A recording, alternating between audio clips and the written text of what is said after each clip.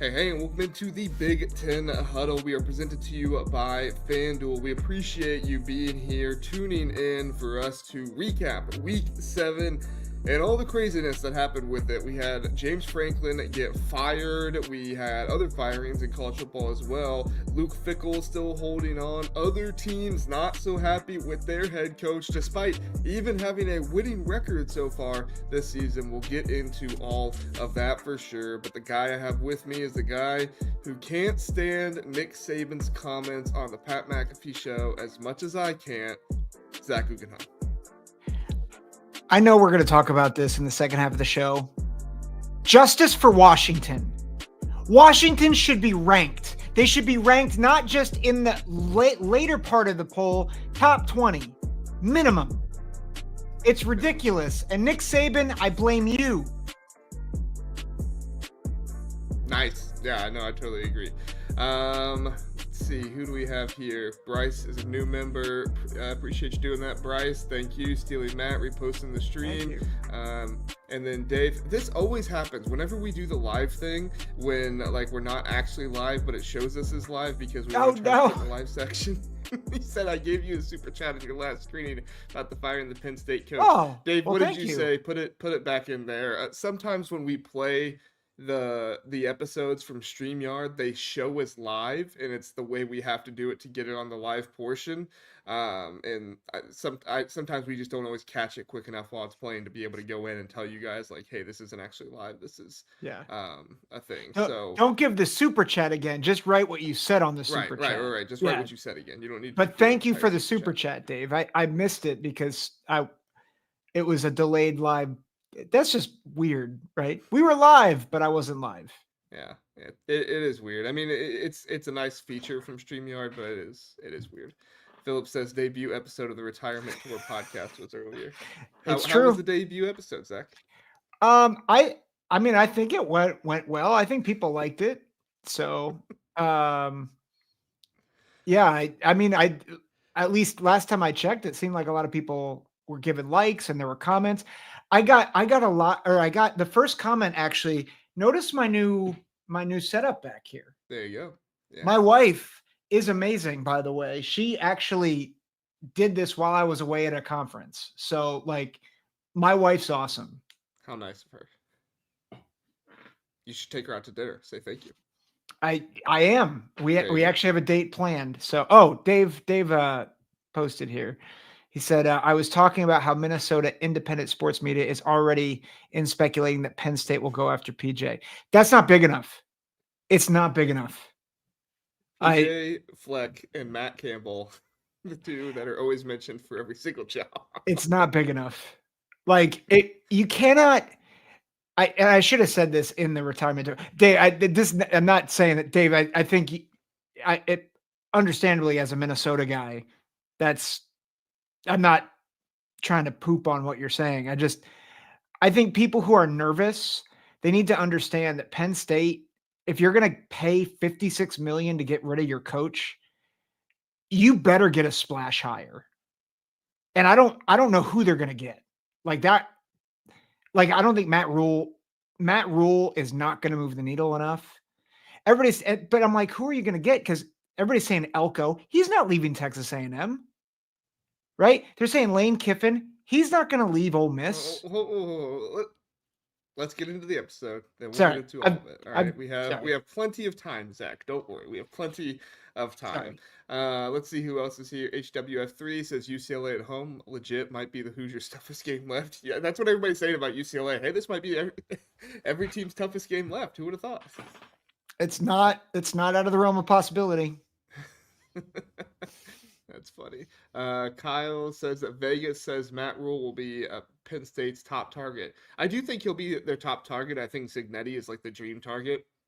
But yeah, Matt Rule, probably the top target. I'm going to try and have the Penn State guy on at some point to talk through some of this stuff because he has some info on it. I have to get things in order. The reason why I couldn't be on live with Zach earlier is because my father-in-law got into a car wreck. So my mother was helping, or my mother, my wife was helping her mother with taking care of him and everything, and my son has hand, foot, and mouth. So until they all go to bed, I am doing everything to try and support everybody. So yeah, but we'll talk through some of that stuff, and we'll get the Penn State guy on at some point. I just haven't had very much time to think about all this stuff yet, so I got the show together, and that was like it. Brian's here, says go Bucks. Thanks for being here, Mm-hmm. Brian. Rope Dust. Good evening. Good evening. Joshua says he's drowning his misery in PBRs. Just do it responsibly, Joshua. Do it responsibly. Um, Man, yeah. There's such a mix, and I think it's the perfect time to do this panic episode. So we're gonna go through each game, or game by game, and then we'll kind of talk about the winner first. We'll give our panic level for the winner, and then we'll talk about the loser and give our panic level for the loser. Spoiler Mm-hmm. alert: the losers will most likely have larger panic levels than the winners do. That's Huh. just kind of how it goes. Interesting. I know. That's a revelation to you there, Zach. So, yeah. So basically, the panic level will be anywhere from 1 to 5, and it's kind of like how much panic does this team have for the rest of the season? It's not so much panic about their program and the state of it right now. It's panic for the rest of the season. So Yeah. that's where And we're it's at. it's 1 to 5, right? Yes, 1 being no worries, we're all good. We're feeling good with where we're at. 5 being the sky is falling and everything's terrible. Okay. So, yeah. All right, well, let's get into it here, Zach. The very first one, a lot of panic in this one, but one team that doesn't have very much panic is Northwestern, who gets the win on the road in Sad Valley. Northwestern 22, Penn State 21. Preston Stone had a great pass to Griffin Wilde, I think is how you pronounce Wildy. it. Yeah, Yeah. Wilde. I called him Wildy earlier. He had a great pass to him in the back of the end zone. AJ Harris did not play a single snap the rest of the game. I saw Landon Tangwall say that on his podcast. It's just that's pretty intriguing that you have stuff like that going on. And then this Caleb Komalafe is just he's a really good running back. And Joseph Hyman, he's coming in. He's doing well as a running back as well. I mean, there's all kinds of good stuff happening for Northwestern right now. And Zach, they're 4-2. 4-2. We were probably a little bit too low on them in our power rankings last week. What are your thoughts on the game? Yeah. So I said preseason, like I think it's very possible Northwestern goes bowling. I didn't think they would beat Penn State, but I did have them 6-6 preseason. It helps. And Yeah. I mean, they have winnable games left on the schedule. So, I mean, I think for Northwestern, realistically, four wins was probably like the over under, right? Like I don't think people had so I mean, it's not a 1 because you would like Northwestern to get to a bowl, and I still think they're very limited. But I have him, I think it's a 2, right? Like Preston Stone is playing better than his start. Like his first start against Tulane, he threw 4 picks, completed less than 55% of his passes. But his last 3 games, UCLA, UL Monroe, and at Penn State, has completed at least 64.5% of his passes. He's thrown 5 touchdowns, 0 picks, only taken 4 sacks in 3 games. You know, granted, UL Monroe's not great, and they beat UCLA before they decided to become like a Super Saiyan, but he has played very well for them, which in a lot of ways he was the one kind of holding them back offensively. And I think the defense continues to be impressive. So I can't go higher than a 2. Like I think they have a good shot. They get Purdue this week. That's I think a pick 'em. I probably will pick Northwestern to win that one. They have tough games at Nebraska, at USC, home against Michigan, home against Minnesota, at Illinois.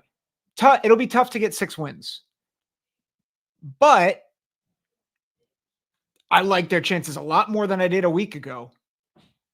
Yeah, my panic level for them is a 1. I think they're like playing with house money right now, right? 4-2 on the season, feeling way better about their chances to get to a bowl game right now than they did before. And I think honestly, David Braun, recognizing the injury that they had with Cam Porter and the way the season has kind of gone and the schedule that they had this season, you get to a bowl game, that's a huge accomplishment for Oh this yeah. team. So, Yeah. I mean, you get Purdue, Michigan, and Minnesota at home. I don't think you take down Michigan. However, anything can happen. You know, it is a road game for Mhm. a true freshman quarterback. However, that's not really the toughest environment in the world. So maybe something happens there, but I don't think it will. And then you have Purdue and Minnesota there. I think you have a good shot of being able to beat Purdue. That's one that is going to be really interesting. And then Minnesota, you know, does Minnesota put a complete game together, right? Because this Mhm. last week, and we'll talk about Minnesota here soon, this last week, they did not put a good game together for 3 quarters. And granted, they came back in the fourth quarter, you know, that was good, but you know, there's going to be certain Big Ten teams that are you do that, they're going to take you out the rest of the time. You know what I'm saying? Yep. Yep. For So, sure. all right, well, let's talk to Penn State now. Oh boy. So, I think my first question is, Zach, will this head coaching change make any difference? Terry Smith, longtime assistant for James Franklin, is the new interim head coach. Sounds like they're keeping pretty much the entire staff, if not the entire staff, together for the rest of the season. I mean, we'll see what happens. This isn't like a UCLA scenario where they fire the defensive and the offensive coordinator and they hand the keys to Jerry Neuheisel or anything like that. So it sounds like everything's kind of sticking together from that standpoint. I guess we'll see what news comes out later on. But do you think this head coaching change could help Penn State kind of look better moving forward? No, because Kotelnicki and Knowles have been part of the problem. In fact, I would argue they were more of the problem than James Franklin. This offense has been out of sync. Jim Knowles stinks. Like, honestly, I think they should have fired them before they should have fired Franklin. And I know Franklin's the leader, but it's been abysmal play calling, abysmal game planning. And like that's on those two guys. So like Terry Smith, I think a lot of people like him. Good for him. I think they needed to clean house and they didn't. And I'm actually fairly disappointed in that. Yeah, I mean, if you clean house, then you're losing the buyout of like the coordinators and stuff like that too. I don't know. I mean, to me, I guess it's probably Terry Smith's decision, right? Whatever he wants to do with it. If he feels like he has somebody else on the staff, then you could maybe do that. But I mean, I'm with you. I don't think the coordinators have been very good this season. Jim Knowles called a pretty good game against Oregon. It was really good for 3 quarters. In the fourth quarter, it kind of started falling apart a little bit more. But overall, like that's a good Oregon offense, at least, you know, the one that was against Oklahoma State and Northwestern. But but you know, he was able to hold them pretty well. So, but Andy Kotelnicki, I just neither of these guys are the guys we thought they were. Going into the Nope. season, everybody, you know, thought this was the best coaching staff Penn State has ever had. James Franklin said it was.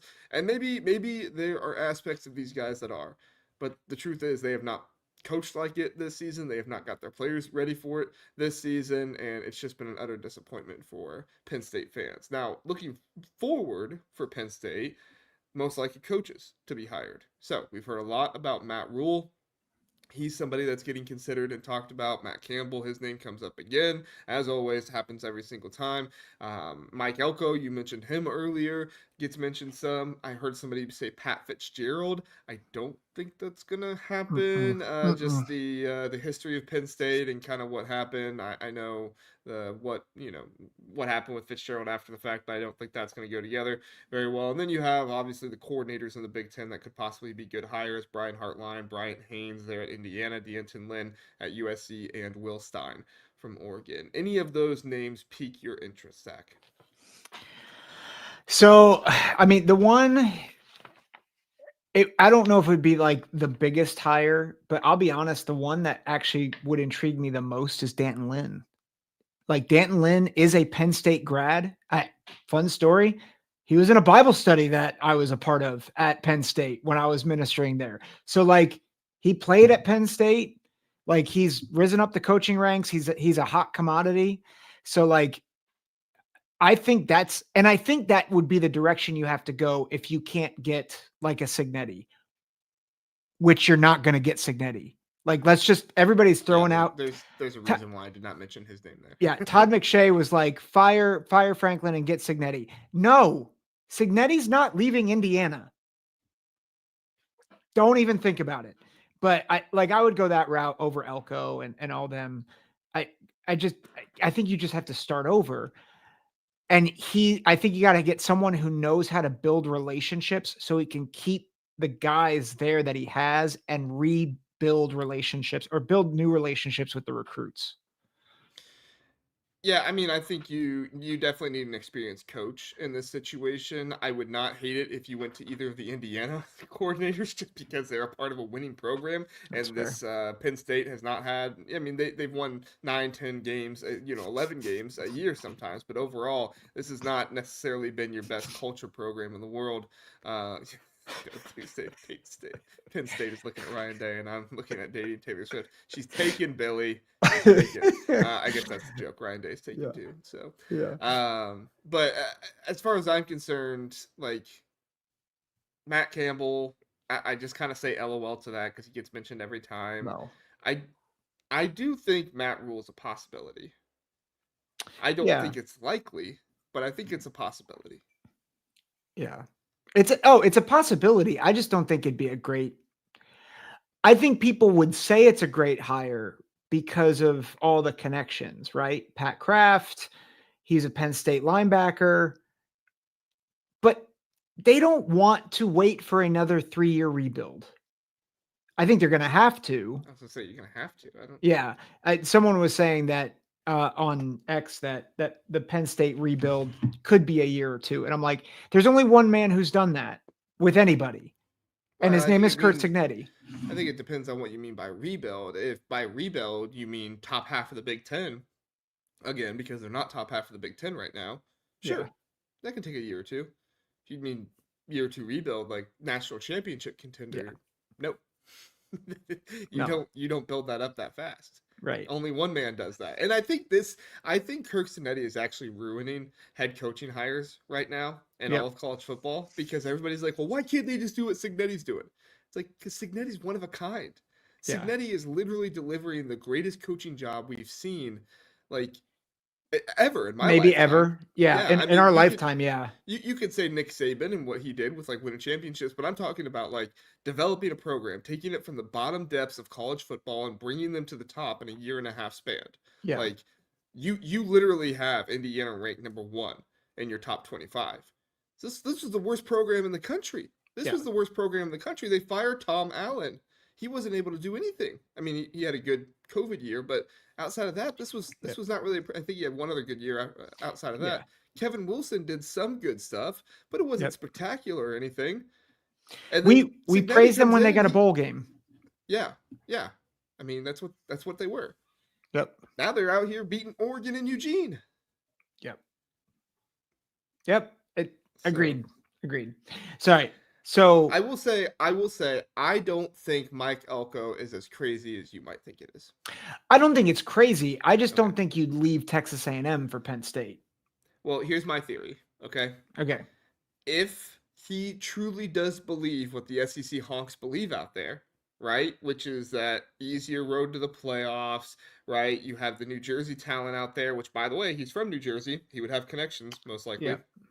To be able to get some of that New Jersey talent, maybe even sneak into Maryland to get some of that talent as well. I mean, what has Penn State done such a good job of? They have done a great job of number one, getting recruits from that area. And number two, when they miss out on recruits from that area, they go over to Maryland's roster and grab a few and bring them over. I mean, sorry, Maryland fans. I know you're hurting right now, but if we're just being honest, that's what they've done. So I think if he really does have that mentality of like, well, it's really, really hard to win in the SEC and to be able to go to the playoffs. Like if this year they're going to be 4 or 5 in the AP poll. I think they are. Mm-hmm. He's 4 or 5 at this point. If he doesn't go to the playoffs, I could totally see him saying, yeah, it's too difficult in the SEC. I'm going to go where it's easier in the Big Ten. Well, I disagree with that. That's what the SEC honks believe. Yeah. I think Texas A&M is going to make the playoff, though. So, I mean, I think they will too. I'm just saying if they don't, right? yeah, yeah, But yeah, then if they don't, do you really want him to be your Penn State head coach? Right? yeah. If he loses all the big games, Yeah. But I mean, that's the hard part, right? Like, what elite coach is out there that wins the big games yep. that is That, looking to go to Penn State? well, and I think that was the thing that kept Penn State from firing Franklin for so long, right? Because it's like, do we know if the grass is really greener beyond James Franklin? And I'll tell you, I think I think they can get a good coach. There's a part of me, and Penn State fans are going to hate me for saying this. There is a part of me that thinks that Penn State overvalues who they are right now.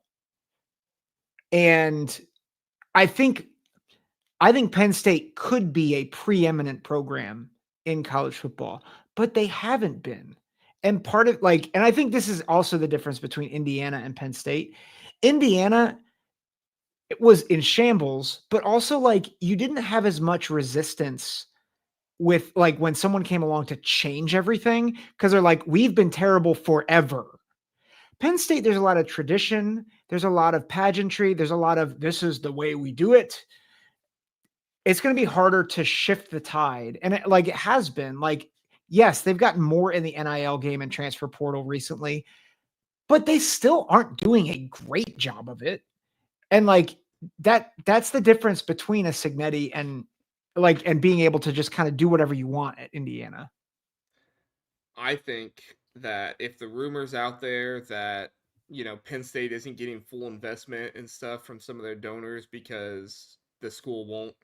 I mean, I don't want to get into this whole discussion, but because the school won't honor Paterno and stuff like that. Like, there's a lot of drama that goes on with that kind of stuff behind the Yep. scenes. Yep.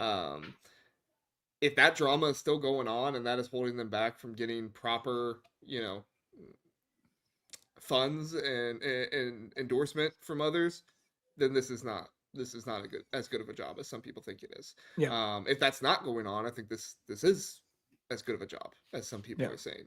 But when you have that kind of fighting in the background, Yeah. it makes it really difficult. I can tell you right now, if that fighting is going on in the background, Nebraska is a better job than Penn State. Yep. Yeah, people don't understand, and this is why people would argue UCLA isn't a great job too, right? Like because of Right. the red tape, the administration. Right. That's not to say like there are distinct advantages of Penn State. But there's a reason why Ohio State is the preeminent job and Penn State is not.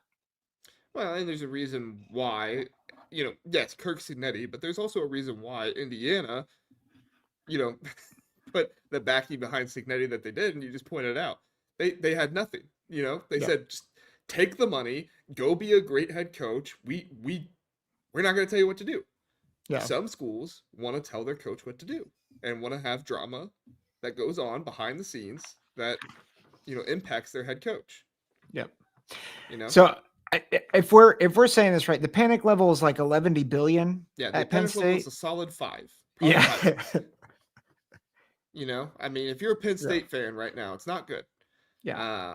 And I hate to say that for them because I do think Penn State has a lot of really good, dedicated, loyal fans who just want to see this team succeed. Yeah. I hate it. I live in PA. I hate this. Like I hate it. I hate it because it hurts the Big Ten. When Penn State is not good, it hurts the Big Ten. Yeah. Indiana being great helps the Big Ten so much. Illinois being good helps the Big Ten so much. Washington, Nebraska, USC, Michigan, all those, Ohio State being top of the college football helps the Big Ten be good. Yep. Yep. In this situation, it's fun to laugh and, point and, ha ha ha, this sucks for you. But, yep. It does hurt the Big Ten. So anyway, moving on. We got a lot more to talk about. So anything else on that, Zach? Nope. All right.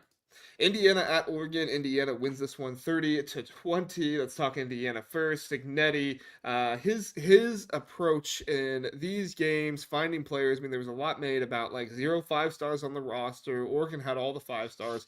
Yada yada yada. So much talked about Signetti, his approach, how he finds players, and in this game, it really shined. I mean, you had the 5-star quarterback and Dante Moore versus the really nothing high school quarterback who eventually became a 3-star. His only offer was Yale for the longest time, and Fernando Mendoza. He goes to Cal, and then Kirkcinetti gets his hands on him and just molds him into a top NFL draft pick at this point, and he's done a fantastic job. And Ohio State, Indiana's defense was incredible in this game, sacking Dante Moore, getting tackles for loss. I mean, this was an incredible game. One of the biggest upsets that you're going to see in a good amount of time. It shouldn't have been as big of an upset, but based on brand and everything else, it was huge, and it did shock a lot of people. Your thoughts, Zach?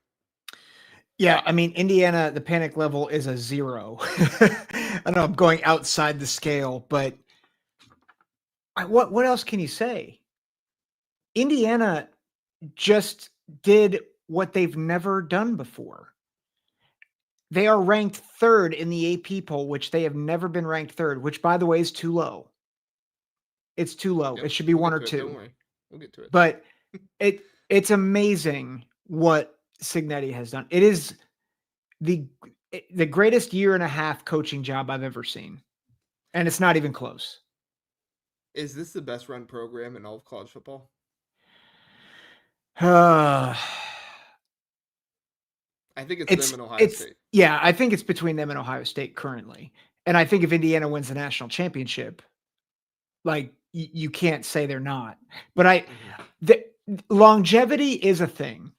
I will just say that. And like what Ryan Day is doing, and I know people will call me a homer, but what Ryan Day is doing year in and year out is kind of insane as well.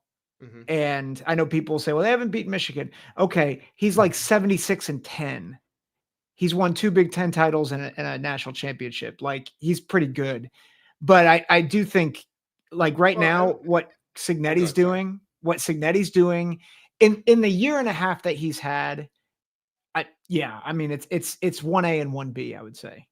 Yeah, I'm not trying to say like in the past and the history and all that stuff, because definitely Ohio State has, a lot more there. I'm saying like right now in this moment, culture, coaching staff, the will to win, everything you have to put together to be a fantastic program. We'll see what happens in the offseason. Obviously, with the transfer portal, everything can get crazy nowadays. But if you're just looking at the programs right now, these 2 programs are far and away the 2 best in all of college football, in my opinion. Yeah. And I mean, you could make a case that Oregon is right up there too, right? Like what Dan Lanning's doing, not at the same level, but like top 5. Yeah, no, I totally agree. Yeah. All right. Yeah, I'm with you. Panic level, super low. Oregon, panic level. I got a 3 panic level for Oregon, because hear me out. All right. They only scored 1 offensive touchdown against Indiana. You lose at home. You lose that home winning streak that was the longest in the nation on Saturday. And, Atticus Sappington misses another field goal. Yep. What's going on there? So I'm not going to say it's anything higher than a 3, because I thought you got some really good true freshmen doing a great job in this game. Brandon Finney got the pick 6. Jordan Davison, he had a career day rushing the ball, which was really, really good for him. But I definitely think, you're kind of rethinking the offense a little bit, right? Because you're like, okay, yes, we didn't do super well in the Penn State game, but you kind of could have excused that with some of the conservative play calling. And okay, maybe Penn State, they were really good before they just decided to quit. But then you play this game against Indiana. You were at home. You had 1 touchdown the entire game, with your offense. Obviously the pick 6, but with your offense. If I'm an Oregon fan, I am a little concerned. Maybe 3 is too high. Maybe 2 is right. But I'm panicking a little bit. I'm not saying no worries right now. I don't think you're wrong. Like, I think it's between a 2 and a 3. Because I don't think it's so panic, like, oh my gosh, the sky is falling. But this was my concern going into the Oregon-Indiana game is I didn't think they looked great against Penn State. And they just had like their strength of schedule is actually worse than Indiana's. And that's with Indiana playing, three teams who were supposed to be cupcakes. Like Oregon, like Oklahoma State stinks. They fired their coach. Oregon State stinks. They fired their coach. I think they played Montana State.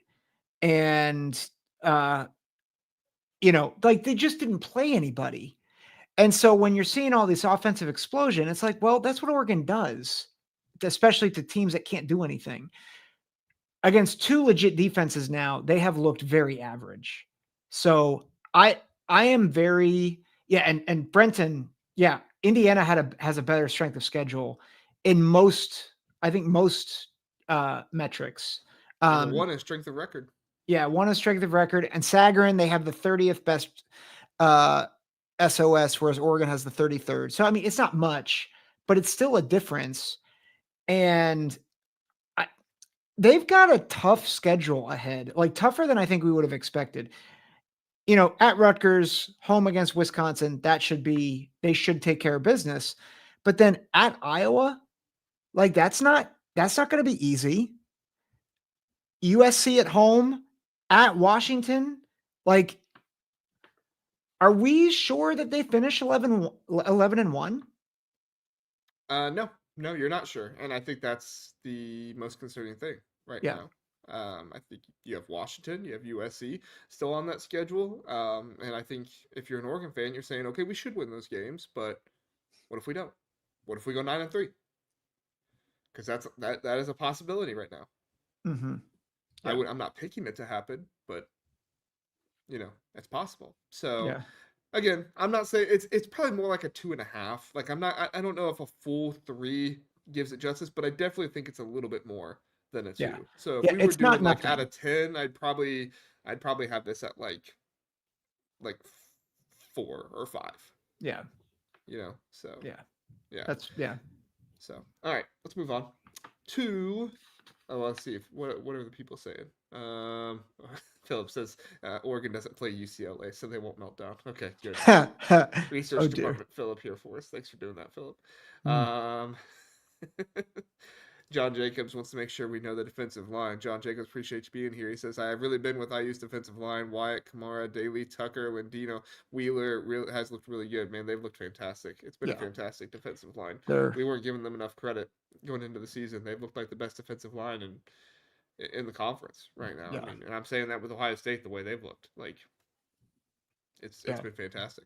So, all right, let's move on to Michigan at USC. We're going to start with USC here. I have a lot of thoughts on Michigan. You have thoughts about Michigan? No. I've been proven right, and I need to make sure everybody knows that I. Yeah. You got to do a victory lap. Laps. We approve of those on this show. I'm not right often. I need to make sure people know about it. That is not true. I'm just joking. Neither of us were very right this past weekend, except on Indiana. We got Indiana right. We got Indiana right. Yeah. All right. Well, USC, incredible win in this one. Walk on. King Miller had a fantastic day, and player that was supposed to be injured, Brian Jackson, he was out there running around. It was kind of crazy. I was like, wait, I haven't seen Brian Jackson all season. I looked him up. I was like, he's on the injury report. What's going on here? Jada Maava looked fantastic as per usual. He did have the 1 interception on the day. But this USC team, I mean, just a great game from them. Makai Lemon, at one point I was going to tweet out, oh my gosh, I should have picked USC to win this game. I forgot they have Makai Lemon. Like, Michigan just had no answer for him at all. Wayman Jordan ran well until he got injured. He had 3.5 yards per carry, but some of that was short stuff. So, he was getting the job done. They have nearly 500 total yards against Michigan, Zach. Mm-hmm. Nearly 500 total yards, 224 rushing yards. And that's sack adjusted. Michigan didn't have a single sack. So, Zach, what are your thoughts on USC? Yeah, I mean, I think USC.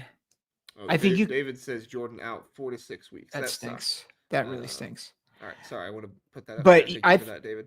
I mean, I think the panic level is somewhere between 1 and 2, right? Like, I think there's still maybe some inconsistencies at times up front.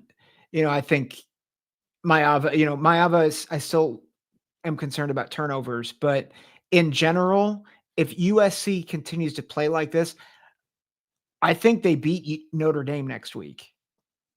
And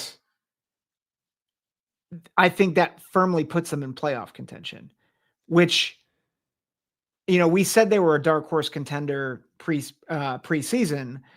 They have the offense, and the defense is playing fairly well right now. Michigan's offense can make it seem like a mirage. Like it might end up being a mirage. If they don't have Justice Haynes, it's over, man. Yeah, but like USC, there's a lot of good here that makes me think. I think bare minimum they go 9-3 this season. The way that they're looking offensively. Yes, and I think 9-3 could get them into the playoffs if they get enough help.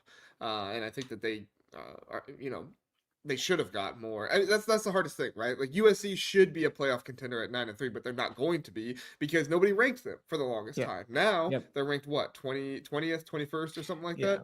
It's still too low. It's just absolutely ridiculous that they are where they are at, and I don't get it. I don't get what is holding people back with putting USC in, and it's very frustrating. I have USC at a panic level of a 2. I don't think they're very panicked. I don't think they have very many worries. I'm with you, probably somewhere between 1 and 2. But I do think that USC fans are saying, okay, we feel really good, but what happens when we go on the road, right? We're going on the road against Notre Dame. It's great we got this win at home. That's fantastic. The crowd was rocking. Lincoln Riley, I mean, he was screaming on the sideline. You love to see that type of emotion out of him. It was fantastic win, fantastic game for them. But what happens on the road? Right? I do not think Notre Dame is such a good team that it's just like a foregone conclusion they beat USC. And I also think USC is just too good of a team for that to be a foregone conclusion. But with the travel and everything else, I think there is some concern, maybe not panic, maybe concern is the better word. Slight concern. Because you have to win this game against Notre Dame. Otherwise, it all comes down to the Oregon game, which you can win. You can win that game, but you don't want it to all come down to that one game. Yeah. Well, and I think you have to remember too, if they make the playoff, it kind of feels like bonus. I know USC fans may not feel that way, but like after last season, you're like, is Lincoln Riley going to get fired? And now, like to build the way that he's building, it gives the program confidence. They're in a good direction. Danton Lynn's doing something really good defensively. I think there's a upward trajectory is good. And you went from last year being the team that got bullied against Michigan to being the team that was doing the bullying in this game. That's Michigan huge. got bullied, and maybe that's the best segue into Michigan here. Yeah, Michigan got bullied in this game. Zach, this was not a good performance. Sorry, go ahead with what David said before. But as you say, David is a USC fan. He says playoff is bonus. Just want good season. 9-3 would be good. And that's a good stepping stone might not be the best word, but build, right? That's a good build to move forward. I think that's great perspective from David there. David, thank you for being here. Yeah. Michigan got bullied in this game. And if you're a Michigan fan, that is terrible. Now, I did not see this loss as terrible as other people did. I did not think that Michigan should have went from all the way 15th to being unranked in this game. That's ridiculous. Stupid. You lose on the road to a team that should have been ranked, and somehow you go from 15th to all the way unranked. Like Oklahoma loses to an unranked team, and their rivalry game, they drop 8 spots? But Michigan, heaven forbid they lose on a road game to a team that should have been ranked, and they drop more than 10 spots all the way out of the poll. It's ridiculous. But Michigan also was not good in this game. Yeah. And I am very, very concerned for Bryce Underwood, because Bryce Underwood went to a place that paid him a lot of money, but was not prepared to actually develop him and turn him into what he needs to be. Sharon Moore said last week he's not concerned about how hard Bryce Underwood is throwing the ball.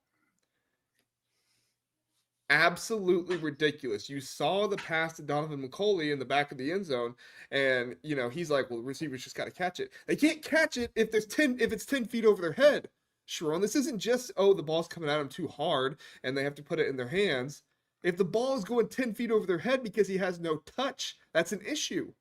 Bryce Underwood is not currently being developed at Michigan because Sharon Moore is an offensive line coach who should be coaching in the group of 5. He is good enough to be a head coach, but he needs to continue to grow and get better. He was not ready for a blue blood program to be the first, for that to be his first head coaching job.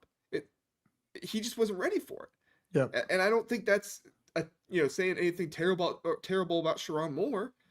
Sharon Moore deserved a head coaching job after that Michigan national championship. It just wasn't the Michigan head coaching job. But Michigan didn't have any other choice.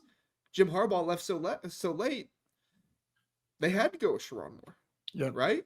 Yeah. So sorry, go ahead. Well, I was going to say, I also don't love Jordan Marshall popping off after they lost by 18, saying that USC isn't anything like Michigan. Like, dude, know your role, shut your mouth. Like, and that's part of the issue with this culture too, right? Yeah.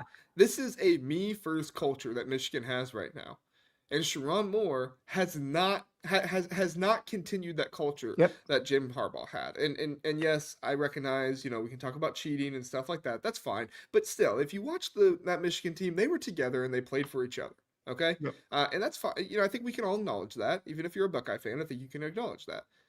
That is not what this team is. Now, either one of two things are happening right now because Michigan's defense is playing out of position constantly. At least they did against USC. So either one of two things are happening right now. Either Michigan is playing in other spots because A, they don't trust their teammates, which that's bad, or B, they want the glory and they want the stats and everything for themselves. Both terrible things, both really the only two options. I guess the other option is they're just not being coached well, which that's not great either. Yeah. Yeah, it's not good. It's not good. Yeah. I mean, do you disagree with me? No. I mean, my panic level. Did you give your panic level? Yeah, mine's a 4. Is it 4? Mine's a 4 too. It's very much a 4. Michigan needed to at least make the playoffs this season. Yeah, they're not making the playoffs. Like, I don't think so either. I think with the schedule, like I don't necessarily think that Michigan came in with the, roster that would have warranted a playoff, berth. But I think with the schedule and the second year under Sharon Moore, you should have expected that. Yeah. That's not what you're going to get, I don't think. Just to address Zachary here, the scale is 1 to 5. Yeah, it's 1 to 5. Yeah. Sorry, Zachary. I'll just end here, and I know we got to keep moving, but they play Washington next week. You're just talking about how this defense was continually out of position. What are they going to do with Damon Williams? He might have another 400 and 100, man. If they keep playing defense like they were.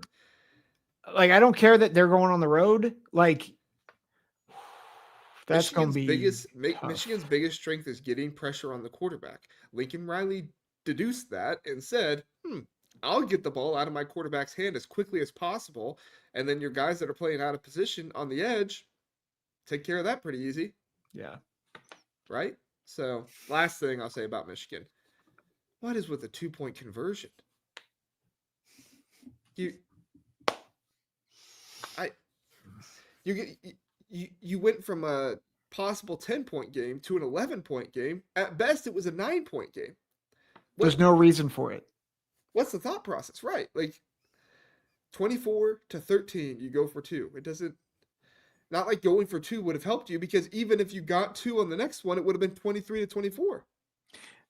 The math isn't mathing. Yeah, no, it's not. It's so bad. I know Dominic Zavada has not been good, but still. So anyway. All right. Ohio State, Illinois, Zach. Ohio State kind of, their fans were not super happy with this one. I think it's a good win for Ohio State, and I think Ohio State fans need to do the right score bug down here.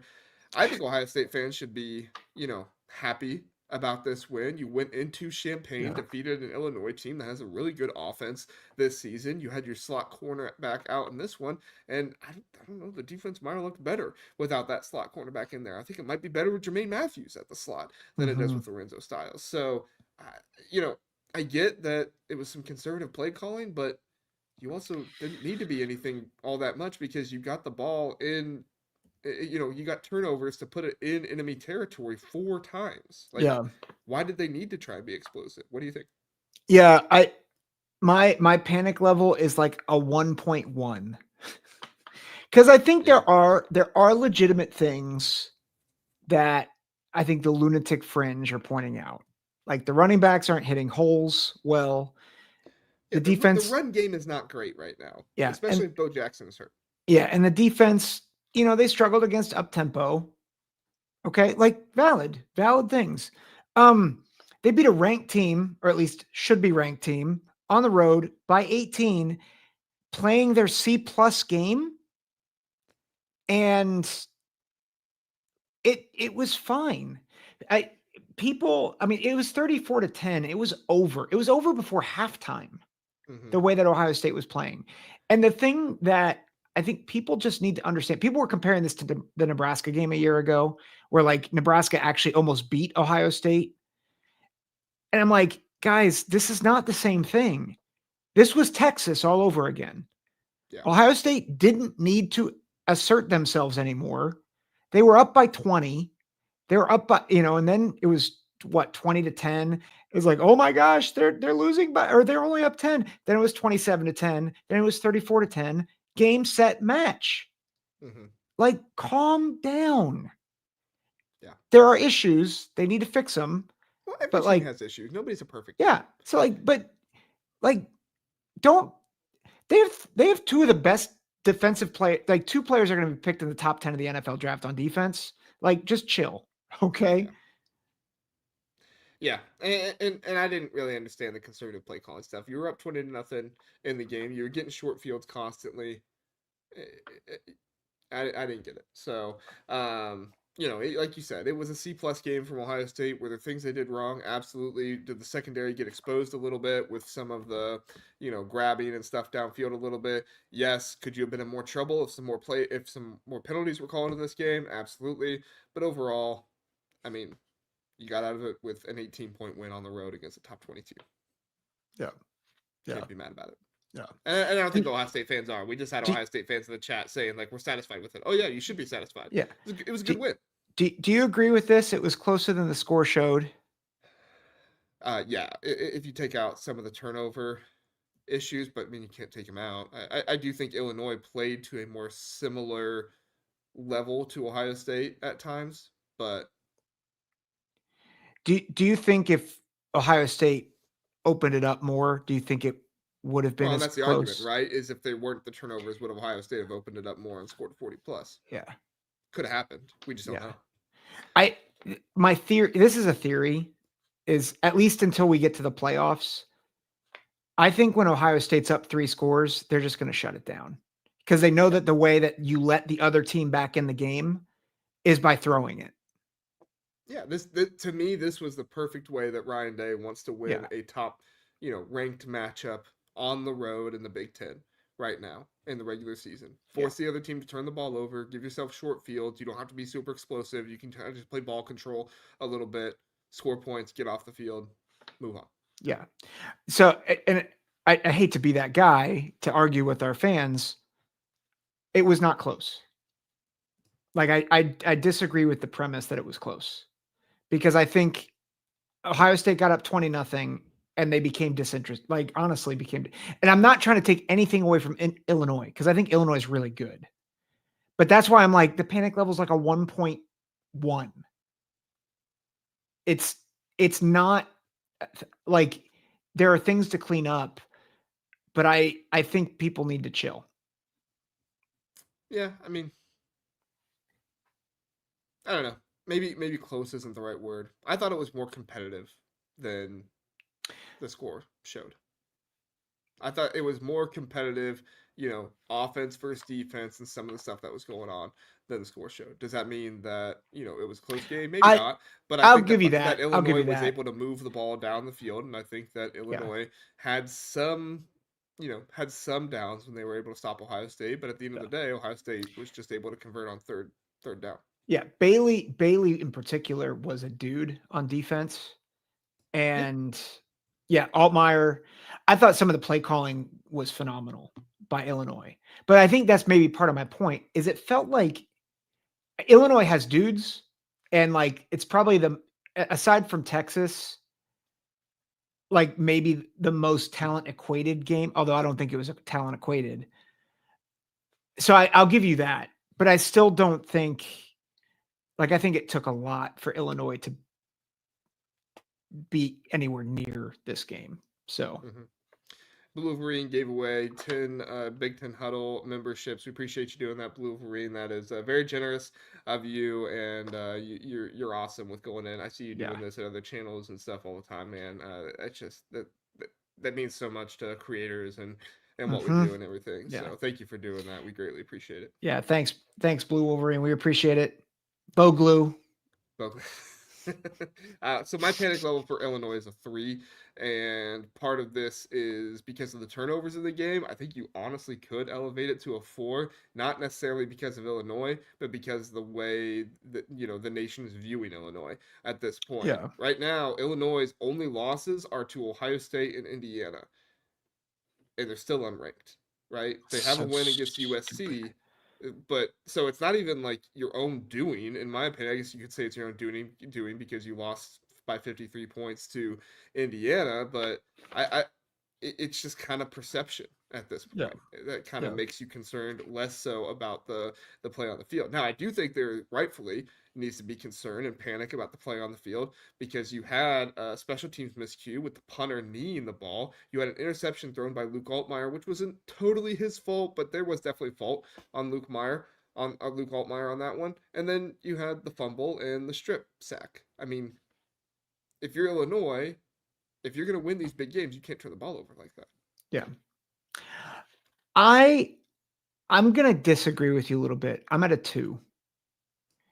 And now, if you're just talking about perception, it's a 5 because the AP poll is just ridiculous. For me, the biggest thing is the turnovers and the perception. Sorry. Yeah. But I'm at a 2. Like Luke Altmaier has not, like, that was his first pick. And it was a really good play. He was trying to throw a tight window throw. He hit another tight window throw in that game that was just, or that should have been caught. It was just bonkers how accurate it was. Yeah. I mean, it was honestly more great play by Jermaine Matthews than it was a bad play by Luke Altmaier. Yeah. It was, Pierce, it was Peyton Pierce, right, who picked that off, and Matthews had Matthews knocked it up. But like, I think I felt like it was more Ohio State good play. I think Illinois had some reason to be a little upset at Igbinosun and the lack of calls of DPI. There was holding on Arvell Reese like nobody's business though. So like those things kind of equal out. Thing was like there were penalties on both sides. Yeah, but I don't know. Like I feel like they played. They kind of did what I expected. By the way, I'll take my victory lap. I picked 34-17 on this game. So this guy, one of my few. 28-17. So there you go. We're both close. But like I look at Illinois' schedule and I'm like, they're at Washington. That is the toughest game left on their schedule. Then it's Rutgers at home, Maryland at home, which is not that's not a gimme. At Wisconsin, Northwestern at home. I mean, I hate to say this, but I think minimum you're staring at 9-3 unless if they really botch it against one of these teams. And I think 10-2 is still very much on the table. 10 wins is still on the table. You can win your bowl game and still get to 10 wins. Well, yeah. And unfortunately, Washington's probably not going to be a ranked versus ranked game because the AP poll's stupid. But that's neither here nor there. Yeah. No, I think you make good points there. Yeah, mine was just more with the turnovers and the perception, which we both agree. The perception really heightens it. Yeah, so. Perception sucks. Yeah, it does suck. All right, Nebraska wins at Maryland 34-31. A huge comeback victory for Nebraska. Heartbreaking loss in the fourth quarter again for Maryland. Let's start with Nebraska here, Zach. This is not Scott Frost's Nebraska team anymore. This is a team that wins close games. This is a team that is confident, is bold, and does what it takes. I gave Dylan Raiola a B plus, or was it a B plus or an A minus? One of those two for this game. He had 3 interceptions, but he also had 4 touchdown passes. He also had a game-winning drive in the fourth quarter. When was the last time that happened for Nebraska? Yeah. No, it's not And, often. and, Like, and this Maryland team is good. yes. Like I know people will be like, you hate Loxley. Not this year. This team's good. Like that's why I said like Maryland's not going to be an easy out for Illinois. Maryland's their raw skill is very good. And so where would you have Nebraska on the panic level then? I have them at a 2 because I do think that Nebraska expects to get to the playoffs this season. I don't know if they expected it going into the season, but I think you look at the schedule the rest of the way and you see a likely playoff opportunity here. At Minnesota, Northwestern, home against USC, at UCLA, at Penn State, and Iowa. That has the makings of a playoff scenario here. You only lose one of those games if it's USC or Iowa. I think you're good. But you do have at UCLA, and who knows? We'll see what happens with Penn State. Maybe they actually start finding themselves. This is still a team with talent on it at Penn State. So I think you're concerned because, yes, you won the game and it turned things around, but at the same time, you're also saying we should have never been down by 10 points in the fourth quarter. Yep. Right? Too many turnovers, too many things happen. Yeah. I am at a 3 with Nebraska. 1 for every interception that Raiola threw. Well, you got to subtract those with the touchdown passes. Well, and I will say, though, when Raiola is good, he is really good. Like, you see why he was a 5-star prospect. The one touchdown in the quarter of the end zone, I think it was in the second quarter, where he just zipped it over a defender. Very tight window throw. I mean, you see the talent. But my concern with him is in these bigger games, is he going to get looser with the football? Because as great as it was for him to go down the field and win a game, I think that's really good. I'm also very concerned that that's going to bite them in future games, including like at Penn State. Who knows what's going to happen with at Penn State? Maybe they completely collapse, or maybe Terry Smith rights the ship a little bit. But sorry, I just saw Gover Insights comment and I started to laugh. Well, and I think you also feel better too because of Emmett Johnson. That's true. That's a good point. 3 interceptions, and that was another reason why I don't have as much panic for Nebraska, because Emmett Johnson did really well in this game, and this is a Maryland defense that has been good at defense this season. So this was not a fluke. I guess you could say it was a fluke because they've been so good, but I don't think this is a fluke. I think this is here to stay for Nebraska because you did this against an actual good defense. Yeah, I think that's fair. I think it's fair. So, all right. You want to guess what the odds are for Nebraska to make the playoffs? 6th best in the Big Ten. 6th best. Okay. 6th best. I think that's fair. Yeah. Where's Washington in that? 1 spot above them. So Nebraska is plus 920. Washington is plus 630. 5th best. And is USC 4th? Yes. Okay. Plus 360. Okay. Ohio State currently is the favorite. They don't even have odds to make the playoffs. They just have odds not to make the playoffs. So that's a good thing. Oregon is minus 250, and Indiana is minus 2,000. So they're teetering on the Ohio State situation there with not even having odds. Yeah, Congratulations, Indiana. Oh man. Yeah. Where are you on Maryland? Panic level 3. And part of the reason why it's not a 4 is because how much youth is on this team moving forward. And I think as long as you keep this youth, as long as you keep Malik Washington, Zahir Mathis, Sidney Stewart, Messiah Delhomme, these guys that are playing well right now, I think you feel good about the future. Mike Loxley had a quote after this game, and I want to get your take on if you agree with it or not. He says, we'll continue to coach the crap out of this team. I know you guys are going to write what you got to write, but nobody can watch what we did today and feel like it's the same old Maryland because I don't see it. Thoughts? I Nobody can agree. say this is the same old Maryland. You I agree? agree. Okay. Tell us. Well, and so Philip he's begging for a Fire Loxley segment. Well, and this And was the I'm one I was not, referring to earlier that said that a team is 4-2 and has their fans wanting to fire their coach. This is the one. Sorry, go ahead. yeah. I think people, you've lost to 2 straight good top 25 teams. So like, understand that you were in both of them till the end. And like, you're not getting depleted by these teams, right? Like we've seen Maryland with Talia Tagovailoa where they get depleted by Northwestern. And you're like, what are you doing? This is not that. They've got youth at quarterback. They have youth on the line. They lost a lot of talent in the portal. And like, you have to understand there's going to be inconsistency. So like, I am not there right now with Loxley. I think he's doing a really good job.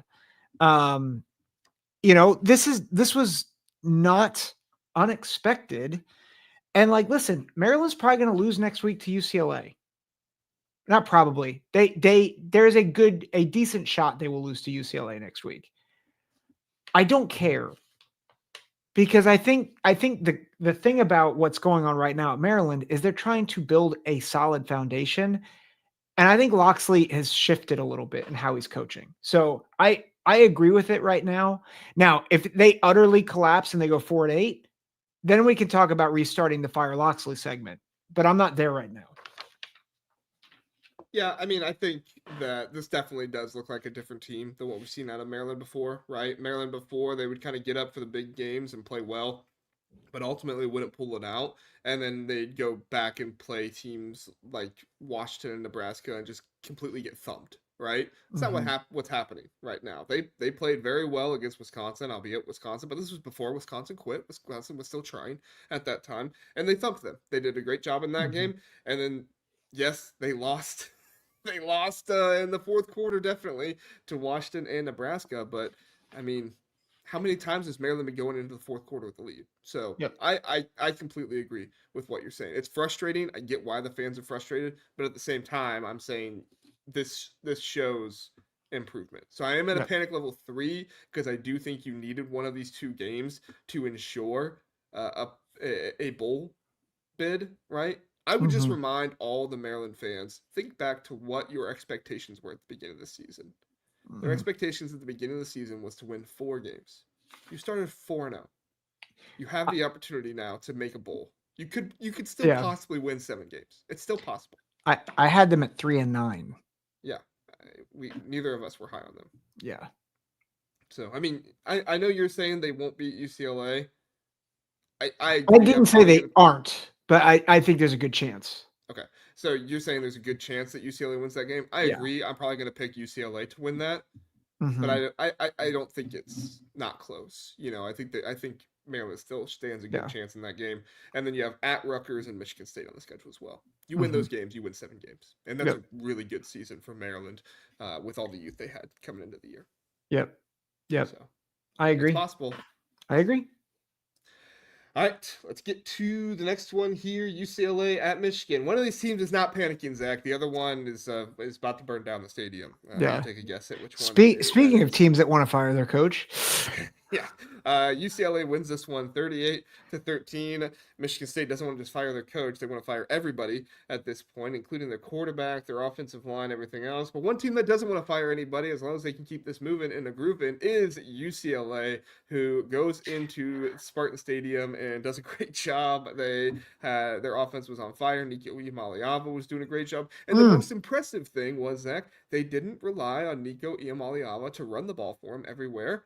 They had Jalen Berger, they had Javion Thomas do a really good job of running the ball against Michigan State. Now it's Michigan State. Their defense sucks. I don't know anywhere else to put it, but still, this was a really good situation to allow Nico to throw the ball around the field, give the ball to your running backs, let them make plays, and they made plays, and the defense looked good as well. Yep. I mean, with UCLA, it's got to be a 1, right? Because they're playing with I have house them as a money. 1 as well. Yes. They're playing house money. It's like nobody's expecting them to win another game. Like I said, they were going 0-12 2 weeks ago. Yeah. They had the worst odds, Zach. They had the worst odds in all of college football to win 2 or more games. It does not get lower than that. Just 2 weeks ago, before they played Penn State, they had the worst odds in all of college football. They were the only team that was not favored, minus. Yep. They were the only team that was plus to win 2 or more games. Yeah. Paul Feinbaum is going to use this as evidence why the Big Ten sucks, by the way, and he needs to be just shot into the sun. But that's besides the point. But anyway. I only have one question for you about UCLA, and then we can move on to Michigan State. Should Jerry Neuheisel get all the credit he's getting? Because Tim Skipper. I think Tim Skipper should get a bulk of the credit. I think he needs to be on a few more graphics, personally. Don't get me wrong. I love the Jerry Neuheisel. I love the hair. Don't get me wrong, but I don't know. I feel like don't hate on the flow. Don't hate on the flow, man. I'm just saying. Maybe put Tim Skipper on a graphic. I'm gonna start putting Tim Skipper on some graphics. I think that's fair. I think Skipper should get more. He should get more credit. But Michigan State panic level 5. This is terrible. Their O-line is bad. Their secondary is bad. They are a bad team. Jonathan Smith, does he survive the year, Zach? They have a new AD. The AD that hired him is no longer there. Yeah, I don't know. And I'm surprised because I was excited about Jonathan Smith. Like, I think he's a good coach. I would be hesitant to fire him after 2 years.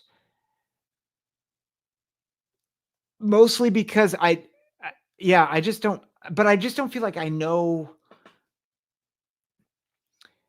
I don't know. Like, what do you do? What do you do? Where do you go after him? Like, what's the plan? Because I think if you fire him, you're saying, okay, we're going to reset again. I don't know. Like, Jonathan Smith took some time to build up Oregon State, and he did it. But I just don't know if you're going to have that. Sorry, I'm stumbling over my words because I'm trying to figure out what I actually think about this. Do you want me to tell you my suggestion of what they should do? Yes, please. Keep Jonathan Smith for 1 more year. Let Luke Fickell go to the camp for for coaches at Ohio State as an analyst for a year. Hire Luke Fickell. No, coach. I'm completely serious. No, he recruits Ohio, man. I don't care. The Fickell experiment has failed. What did Mark D'Antonio do? But is Fickell Mark D'Antonio? He can recruit like Mark D'Antonio did. Okay, I'm about to start the retirement parade again. Luke Fickell should. I don't think he's cut out to be. Give him a year off. Let him get his confidence back. Let him go. Be an analyst at Ohio State or something. What would he do at Michigan State that's different from what he's doing at Wisconsin right now? He would recruit Ohio better. He would be in the Midwest more. Right now, he's trying to recruit Ohio really hard. It's not. I mean, it's doing some, but it's not. I mean, it's not. I don't know if I like that, but okay. I would agree with you. You got a better option for Michigan State's next head coach. I would love to hear it. Yeah, James Franklin. No, definitely not. That's Fickell's speed. Group of 5. I really do feel like Fickell's just broken right now, but that's beside the point. I think there's. We'll talk about. Yeah, we have. I have a theory about Fickell. Okay, well let's say when we get to Wisconsin. I think you keep Jonathan Smith at least another year, unless if everything bottoms out and he loses the locker room like they did at Penn State. I don't know if you want to get rid of Smith that quickly. Yeah, I think Jonathan Smith's a good coach. I'm with Trojan Fight here. Jonathan Smith's still a good coach. Just hasn't worked out at Michigan State, and yeah, I just think sometimes it doesn't work out. So. Dave, I can't read that.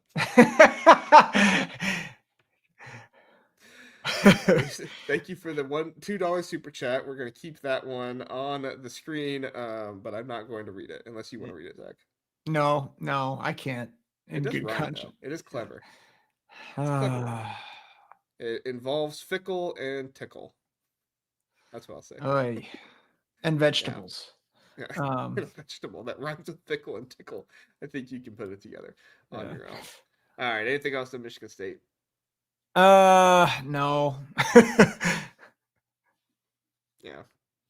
We'll see what happens with Jonathan Smith. It's just a terrible situation right now. Yeah.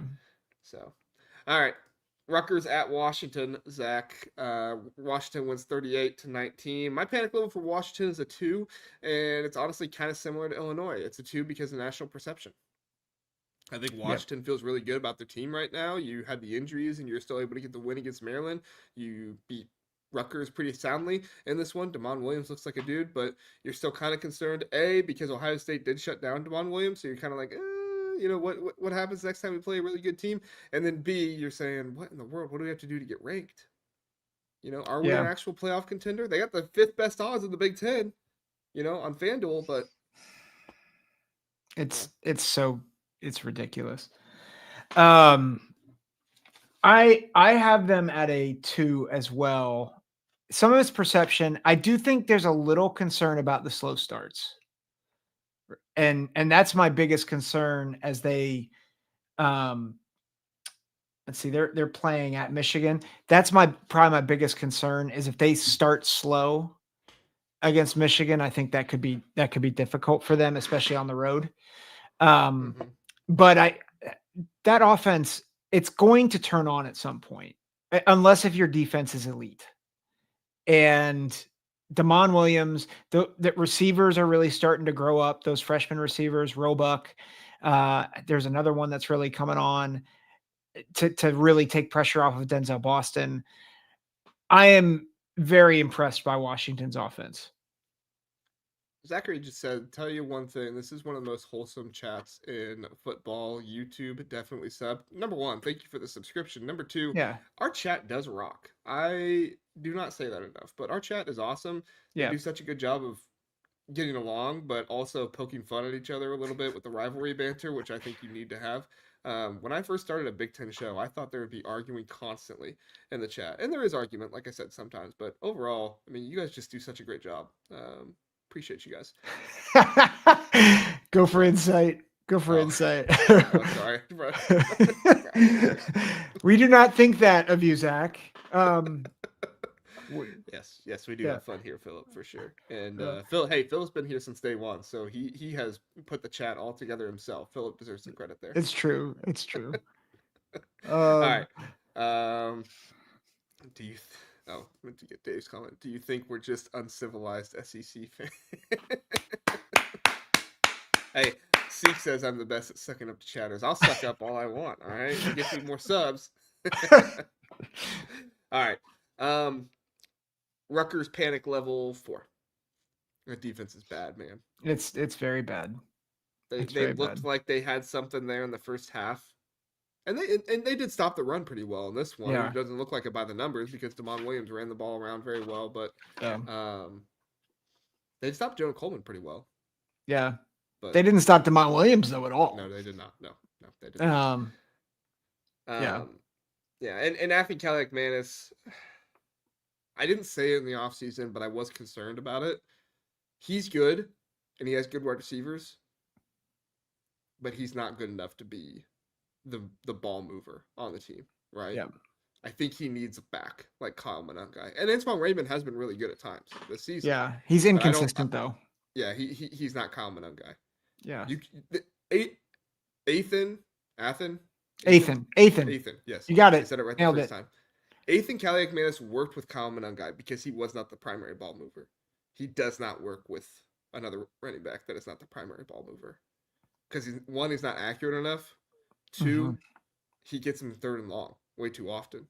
He has some running ability to escape a little bit, but he's not picking up the first down running. Yeah. Yeah, that offensive line. Unless it's 3rd and short. Yeah, and the offensive line isn't helping him all the time. It's hard for me to go. This is going to sound weird. It's hard for me to go above a 3. And the only reason why is because I'm like, this is kind of what we expected, right? Mm-hmm. Like I had Rutgers at 5 and 7. I'm like, I didn't expect them to beat Washington. Honestly, I don't I think they might do worse than that because I was expecting them to be better than Maryland. I don't think that's true anymore. So, I mean, at 3 or 4 is probably right. I I just think this was always going to be a rough year for Rutgers because of what they lost on defense. And they just can't replace players like other teams in the Big Ten can. And so I think they're trying. But I think unfortunately they don't have the depth that they need right now. And I think they're just in for a disappointing year. I don't think that means that they fire Greg Schiano. I think I also don't think the schedule did them any favors. Like this is an insanely hard schedule for Rutgers. Yeah. Yeah, they would have been better if they had last year's schedule, obviously. But yeah, yeah. John says a Minnesota-based college football podcast warned about how bad Rutgers DCs were back in July. Yes, Mike warned me as well. He says we live for Saturday's college football podcast. They do a great podcast, Mike and John, and they do a great job with guests and everything. So go check them out. They really do a good job. And I talked to Mike early on about that as well. Mike knows his stuff. He's really good. Him and John put on a good podcast. All right, Minnesota Purdue, Zach. My panic level for Minnesota. We got to change the graphic. Yeah, sorry. Minnesota wins the game 27-20. It was not a good game for Minnesota for 3 quarters. Purdue was winning for most of the game, and then Minnesota comes back in the 4th quarter. A late drive by Drake Lindsey and the crew to tie it up, and then a Coy Parrish interception return for a touchdown to put them ahead was fantastic. However, this is not a well-played game by Minnesota. Nope. This is not their best effort. This was not put together the best. And you have to wonder if maybe, I shouldn't say this is not their best effort. This was just not their best game. You have to wonder if maybe it was playing Ohio State, right? The week before. Did they get beat up? How did that go? But overall, Drake Lindsey and Coy Parrish saved the day. And a terrible day for Drake Lindsey. He came through in the clutch, which is good. I think you feel good about that. But I also think you're thinking to yourself, we should have beat Purdue by more in this one. So that's why I have a panic level of 3. It should not have been this close at the end if this Minnesota program is kind of where we think they should be. Am I crazy to say that I think it's a 2? Because they played a terrible game, and this is a game that PJ would have lost in the past, I think. And like Purdue's not maybe. They're not Purdue of last year, right? No, but I think the perception is still there by some people. Yeah. Well, yeah. People with them in the bottom of 2 of their power rankings right now, which I don't think is accurate.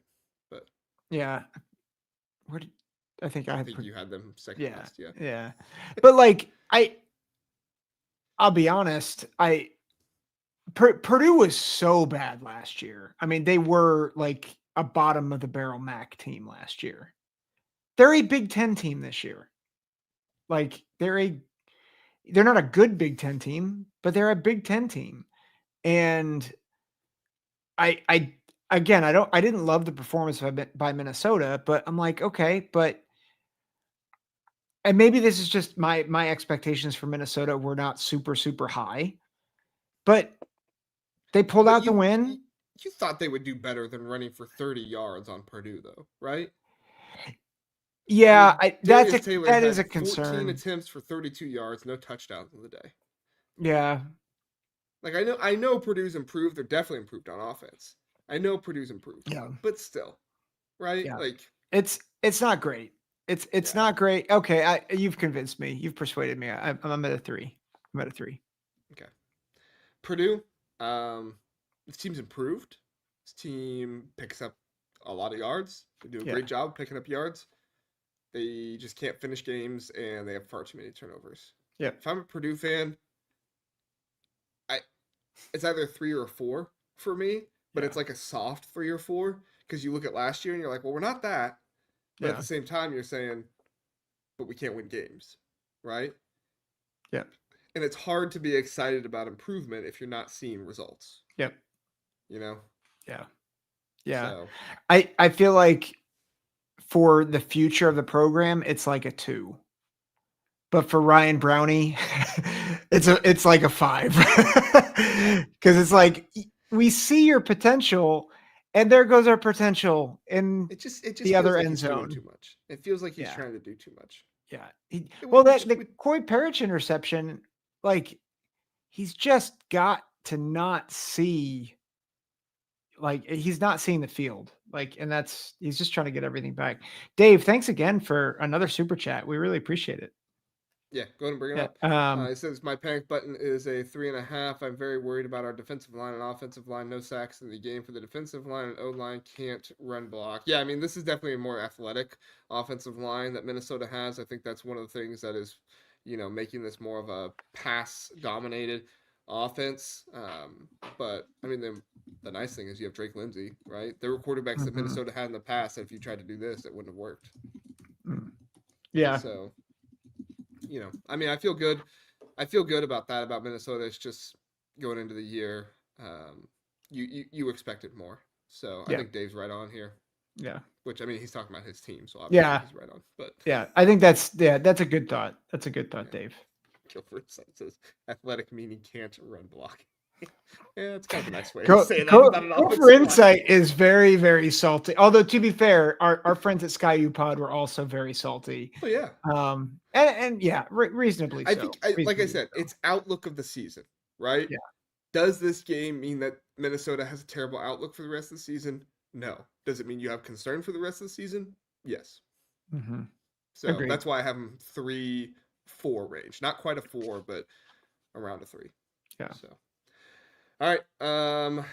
This is our last one, I think. Yeah. Iowa wins 37-0 over Wisconsin. Iowa, I have as a panic level of 2. Because I don't think Iowa fans expect anything more than 7, 8, 9 wins. I think they're okay with that. Not all of them, but a lot of the ones I see are okay with that. And you just dominated your rival. What is Kirk Ferentz going to do for you? He's going to win 7, 8, 9 games every season. He's going to beat his rivals. And you're going to say, take that. You dirty, rotten rivals. Yep. And Wisconsin took it. They had no choice. They had to take it because they suck. Yeah. Yeah. It's your panic level. Yeah, I mean, if it's Iowa's expectations, it's a 1. Because it's like they're gonna get 7 to 9 wins and they're gonna beat their rivals. Like the only reason I didn't do a 1 was because Iowa still did struggle in this game. This was still a bad secondary for Wisconsin that they still could not pass on. But do they care? Do they really care if they can throw on this secondary? Well, I do think they care in the standpoint of they want to be able to play well against a team like Oregon. Right? Yeah. And they want to be able they want to beat Penn State. Like they don't want to be the team that loses to Penn State when Penn State just lost to UCLA and Northwestern. That's true. And so I do think there's some concern there where it's like, are we still just a running the ball offense? Because we faced the worst secondary in the Big Ten. We threw for barely over 100 yards. Yeah. Yeah, I think that's good.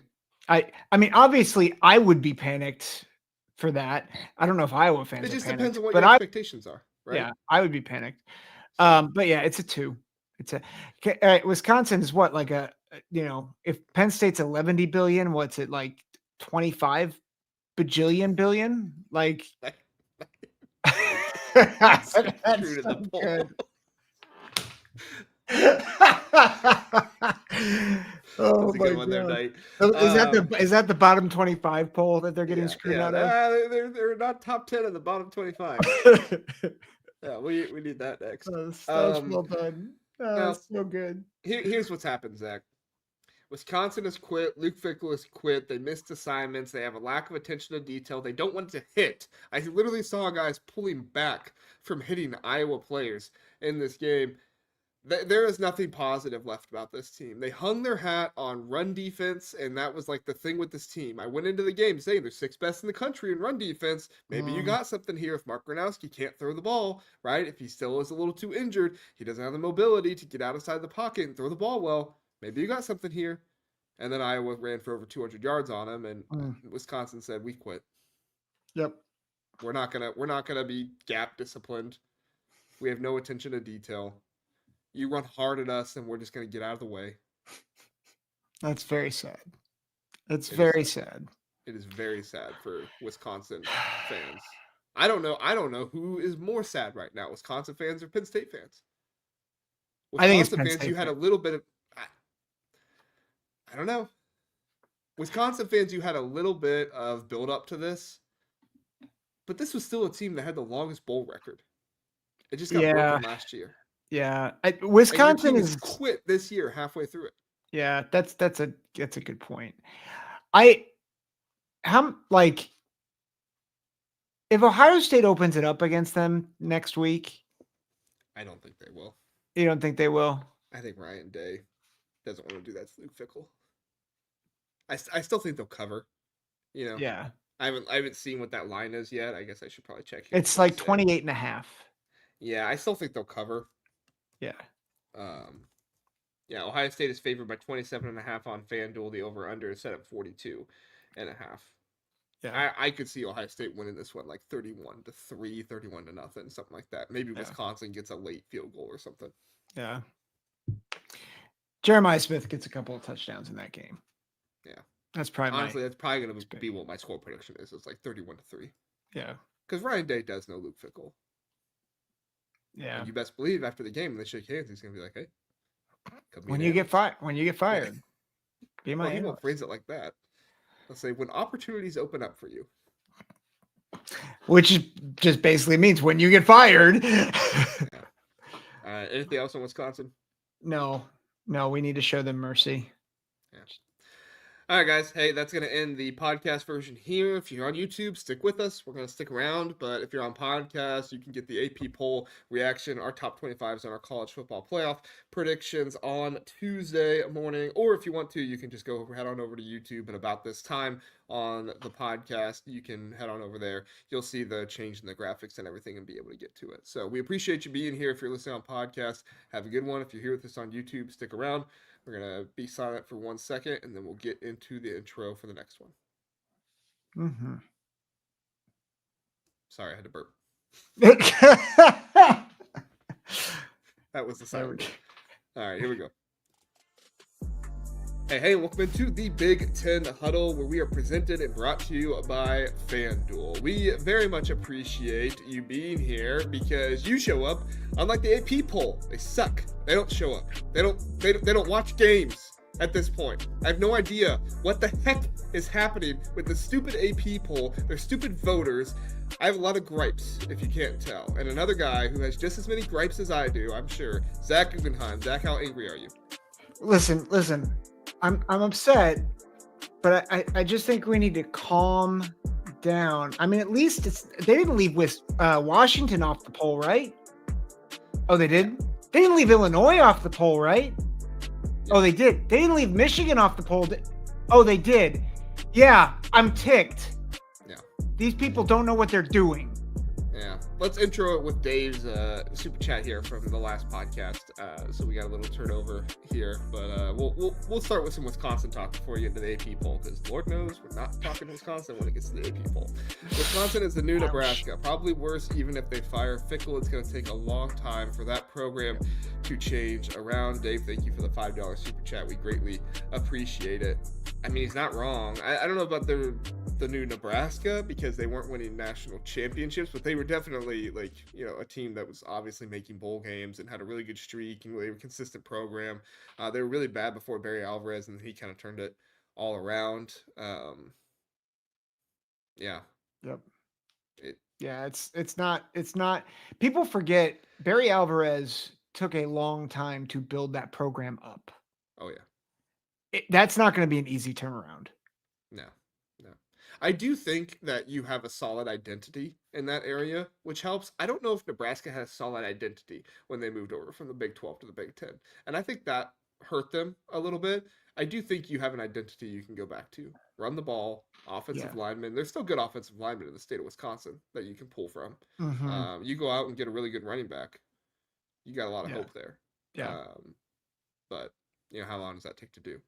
So. Yeah. Thanks for the super chat, Dave. All right, we appreciate it. Let's get to the AP poll here, Zach. All right.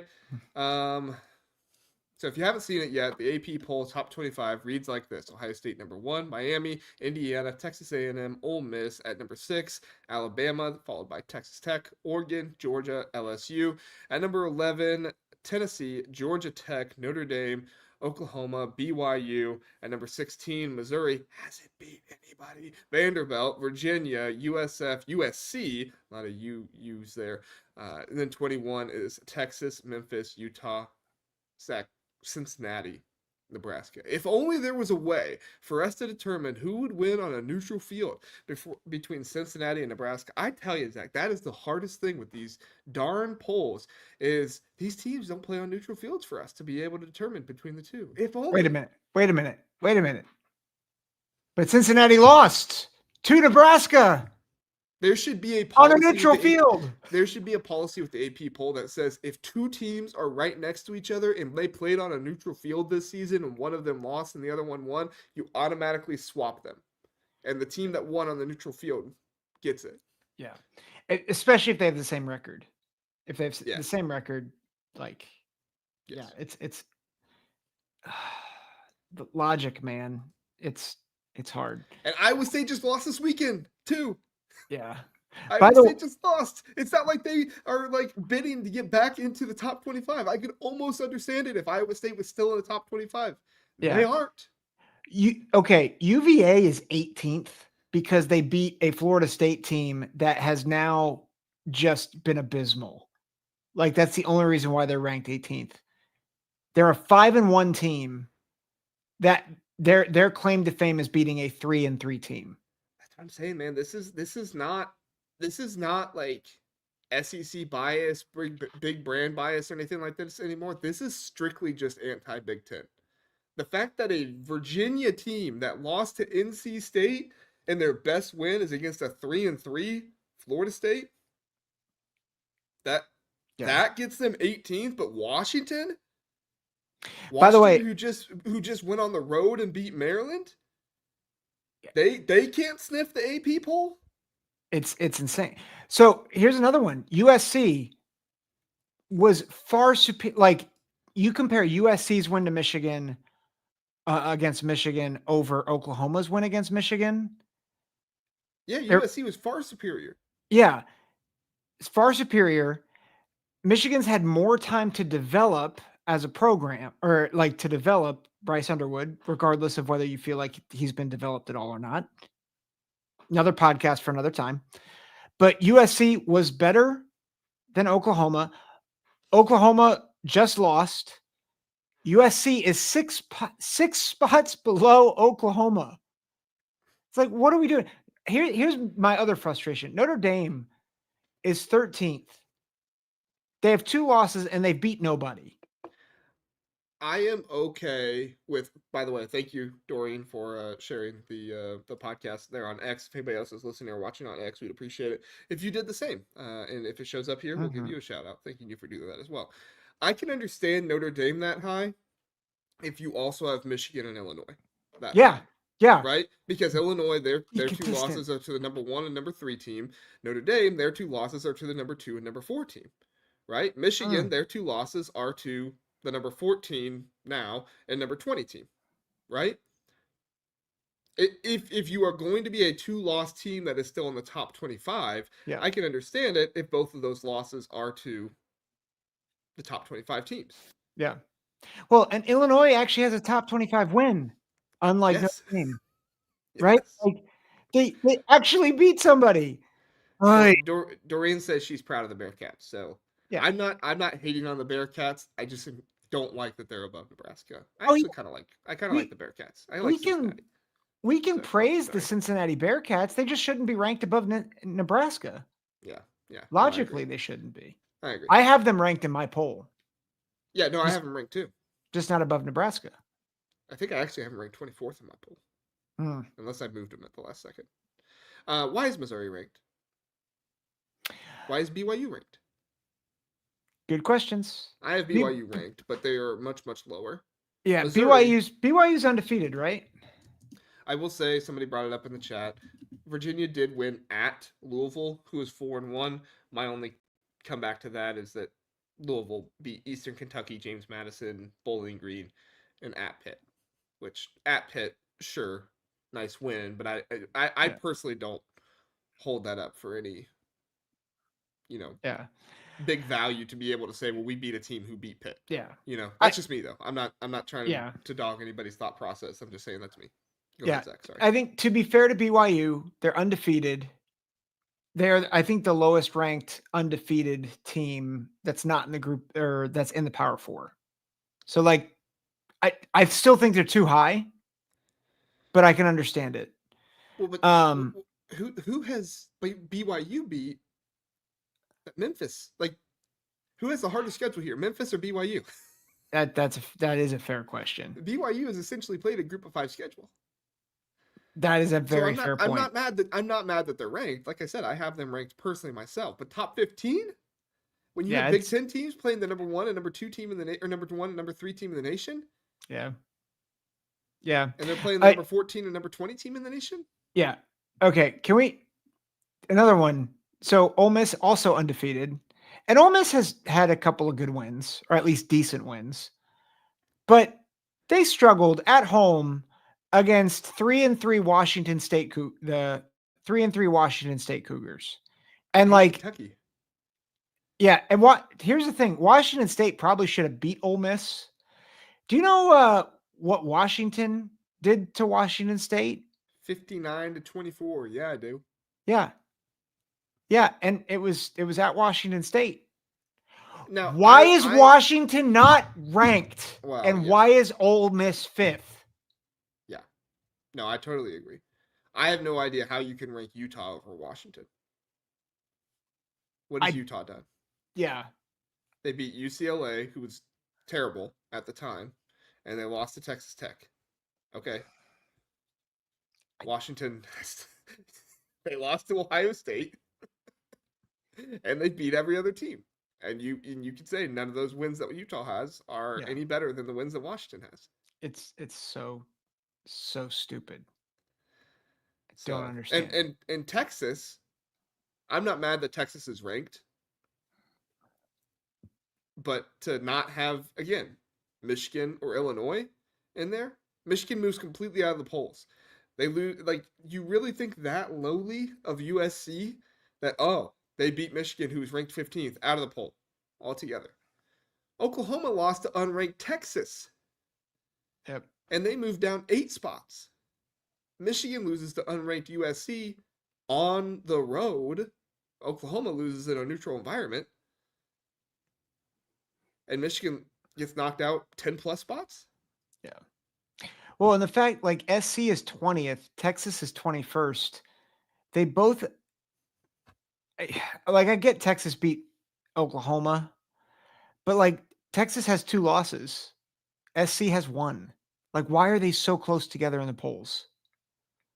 Like, why is Tennessee 11th and USC 20th? Why is Missouri 16th and USC 20th? Why is Ole Miss so much higher than Georgia Tech? If you want to have Georgia Tech up there because they're undefeated, why is Ole Miss so much higher than them? Yep, you're not wrong. And LSU is still living off a Clemson win. Yeah. That's not a good team. Yep. At all. This happens every year. Every year, somebody gets a win over a highly ranked team. Last year it was Texas over Michigan. I understood that a little bit more because Michigan did stay in the poll a little bit longer, right? So I understood that a little bit more. Clemson, they lost and they got out almost immediately. Yep. They just kept losing. But LSU stays up there. Yeah. And now Ole Miss is getting credit for beating LSU. Yeah. No me gusta. Yeah. Although, to be fair, I'm like looking at what I had. I had a hard time moving LSU any further down than 12. It's the same problem. Like, from in my poll, I like anywhere from 8. I feel like my top 7 is very solid. Once I get to 8 to 25, like, there's tiers in it for sure, but it's like, man, this is where I'm like, I'm sympathetic to some of the problems of the AP poll, because I'm like how do I do 11 to 20? Like, I just don't know. Well, I think what you have to do is you have to group, and this is the entire issue with averaging out like 65 voters, right? You put 65 voters together and you try to average out. What the product it comes out with makes no sense. Yeah. And that's part of the issue, is because then the College Football Playoff Committee a week before November says, "Oh yeah, we got to get these rankings done." Yeah. They say they're working on it all year long. They're not working on it all year long. Yep. You can tell they come out every single year and say, here's the AP poll with just a few little minor teams mixed in here and there, and we're going to rank a team at 25th that they didn't even have votes for." Yep. Yep. And then everybody will praise it by saying, "Look how different it is." Yeah. Oh my gosh. Yeah. It's ridiculous. Yeah. All right. You want to get to our top 25s? Sure. Okay. All right. So my top 25 has Ohio State number 1, Indiana number 2. Again, 1A, 1B. We went over this with the power rankings. I have Miami at number 3. I've kept Oregon at number 4. I have Texas A&M at number 5. You could probably put Texas A&M over Oregon, but I'm Big Ten biased. Screw me. Or sue me. Alabama, I have at number 6, followed by Texas Tech, Georgia, Ole Miss, Georgia Tech. And then at 11, I have Illinois, USC, Oklahoma, Michigan, Notre Dame. At 16, I have LSU, Nebraska, Utah, Memphis, Texas, and then right outside of the top 20, I have number 21, Washington, Tennessee, BYU, USF, and Cincinnati at 25. Zach, any issues you want to discuss? I'm surprised you have Michigan as high as you do. Well, I had them 11th last week. Okay. Yeah. And I didn't think losing to a USC team that I think I had 16th. Yeah, on the that's road fair. was worth it to move them down any more than a few spots, right? Yeah, I just didn't know, like, 2 losses, one of them to Oklahoma. I mean, I know Oklahoma. Yeah. Yeah, yeah. I don't have them that high, but that's fair. It's fair. They did beat Nebraska, so Mm-hmm. that's a good win. Yeah, that's a good point. And it was on the road. Yeah. So, I mean, a lot of this is that Big Ten teams do not get credit for beating Big Ten teams because they're not one of there's not 11 teams in the conference ranked at the beginning of the season. All these SEC teams get credit for a ranked win because they had 11 teams ranked at the beginning, and you keep having teams that aren't ranked beat ranked teams. You're like, oh, well, we got to rank them, and then ranked teams play ranked teams, and you're like, oh, well, you can't drop them that low. That's all I'm doing here with the Big Ten. Yeah. Is I'm saying, look, Indiana was number 3, Oregon, or I think I have number 4, maybe number 3 or number 4. No, I had number 3. Oregon was number 2. Indiana beat Oregon. Move Oregon down a couple spots. Yep. To me, Ole Miss struggling to beat Washington State at home is much worse than Oregon losing to Indiana. Yep. Oh, absolutely. Yeah, we both have Ole Miss 9th. Yeah. I don't think Georgia losing to Alabama was all that bad. I believe that was at home, correct? Yeah. Georgia lost. But so it wasn't all that bad. Okay, but time out. Georgia should have lost to Auburn. But SEC officiating is maybe worse than the AP poll. I was just clapping. Yeah. Can someone just my favorite figure out is they literally had it on the jumbotron, him going down the sideline. Time out. We have got to figure out. Look right up there. You do not see it. We've got to figure out where the money trail is between Kirby Smart and the SEC officials. Because I'm kind of joking about that. But my goodness, how incompetent can you be? It's just terrible. Terrible. And I thought Big Ten officiating was bad yesterday. But my gosh, it was like a Lamborghini compared to the hoopty that was SEC officiating yesterday. At least Big Ten officiating is when it's bad, it's kind of consistently bad, right? Like there wasn't a holding call on David Igbinosun down the sideline, but that ball that was got knocked out of Jeremiah Smith's hand, he also got bear hugged by the cornerback there. If you didn't call it on Davidson Igbinosun, I guess I'm not going to be mad if you don't call it on the Illinois cornerback. But Yeah. There's a difference between consistent incompetence and just completely unexplainable incompetence. Yeah, I mean, I would much rather have consistently good, but Right. I guess as long as we're consistent. But Um, we can't have nice things. So, yeah. So I did have Utah up at 18. I give them their credit. I had them hmm. above BYU because I thought Utah played a better team in Texas Tech, and they have better wins than what BYU has. So Yeah. I do admittedly have Washington much lower than you. Do you want to talk about that really fast before we get to I yours? Well, yeah. Take me through your process. So Washington, yes, they have the loss to Ohio State. I don't know if they have a win quite impressive enough to put them over the win that Texas had against Oklahoma, right? Maryland, good team, definitely a fringe top 25 team, if not a top 25 team at the time that Washington beat them. But at the same time, they also had a pretty easy non-conference. You had Yeah. Colorado State, Washington State, and I felt like I was consistent in the fact that if I'm going to drop Ole Miss that low because they struggled with Washington State, I'm not going to give Washington all that much credit for beating Washington State. Is that consistent? Am I consistent there? I think so. Yeah. Okay. Yeah. I think. So, but you look who they have in front of them. Washington has number 14, Michigan, in my poll coming up. Yep. So, and that's the thing. I think a lot of AP voters take the AP poll from last year. Like they don't take, or from last week, they don't take theirs and work off of it. I think a lot of them take the AP poll from the average and say, oh, okay, let's work off this, which I think is Yeah. a terrible idea. Yep. But Yeah. anyway, That's fair. I'm just, more than anything, I want to be consistent. So if you I can say I'm consistent, I feel I like think you are. I like your poll better than the AP poll. well, that's good. It makes more sense to me. Yeah, because I think if you have Notre Dame that high up there, you have to have Illinois and Michigan too. Agreed. Agreed. You could say Notre Dame doesn't have the glaring loss of 53 points to Indiana, Yep. but they also have the glaring issue of Chris Ash. Good luck against USC. Yeah. So, but CJ Carr's also really good. So, Yeah. all right, let's move on, and you can give your top 25. Yeah. So I have Indiana 1. I said I was going to put Indiana there. I did it. I have no shame. Ohio State number 2.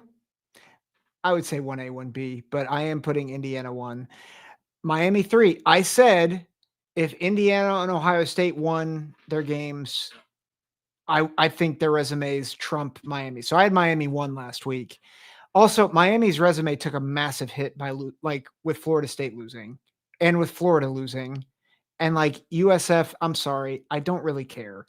Like USF gave up like over 30 points to North Texas. So okay, cool. And they also scored like 63. Yeah, but like I'm just saying, like, we were all excited about how many points Miami put up against USF, and then North Texas kind of does the same thing. Cool. Okay. All right. I just wanted to point out that 63 is also. Oh, yeah. They didn't lose that game. I'm just saying that, like, their resume took a hit. Ohio State and Indiana's, in my mind, did not. I thought they both notched good wins, especially Indiana. Texas A&M 4. I have Alabama 5 as the best one-loss team. I do think they have looked very good. They have a number of good wins. And I just really, really think that they are excellent. I think they're rounding into form.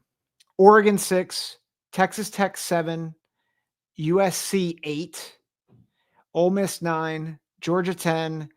Next team I think I'm going to get a lot of hate for. Missouri 11, LSU 12, Georgia Tech 13, Washington 14, Oklahoma 15, Notre Dame 16, Vandy 17, Nebraska 18, Illinois 19, Tennessee 20, Texas 21, Michigan 22, BYU 23, Utah 24, USF 25. Okay. I'll ask you about Missouri. Yeah. I honestly thought they should have beat Alabama yesterday. And I think that, to me, I was like, I felt like even, and this is going to sound like SEC logic, I did feel like that loss kind of legitimized them. I also, and I'm realizing this as I'm talking it out, I think there's a little bit of future projection because I'm not sure I'm not sure who's going to beat Missouri down the road, which I know is not the point of the poll, but I think Yeah. as I was doing it, I think I got stuck on that a little bit. Um, so I think that's probably where I have them. Bo Prabula is good though. Yeah. I feel like my hesitancy to give any type of credit for playing Alabama close is saying, well, yeah, but Florida State beat them, and Florida State's 3-3, And that's right? fair. I think that's You fair. know, so I'm not necessarily saying you're wrong. It's just that's my personal hesitancy with Missouri to say, oh, okay, they won't drop that far because Alabama has shown Alabama did not lose to the number 1 and number 2 team in the nation like Illinois did, Yeah. right? They lost to a team that's unranked. So Yeah. if you play them close, what was it? Was it you playing really good because Alabama's really good, or did Yeah. Alabama just have another stinker game? Yeah. You know? Yeah. And I think it's fair. I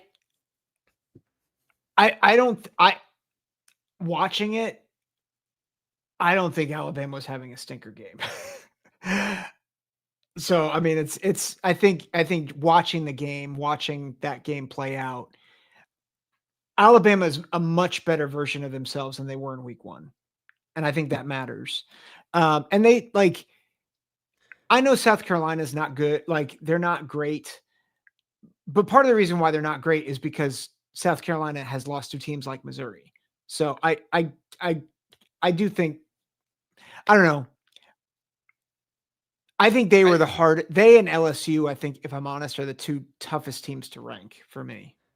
I think my biggest issue with trying to count a South Carolina win as a good win is right now you have 3 SEC teams that don't have a good win, and all 3 of them are trying to count South Carolina as a good win. That's fair. That is It's very LSU, fair. Missouri, and Vanderbilt, right? You can't all 3 say, "Oh, well, we have a good win," when that Yeah. team, their best win is Virginia Tech. Yeah. You know, like You yeah, know, you beat Kentucky at home, but Kentucky sucks, man. I'm just looking. I'm looking at like head to head and all that.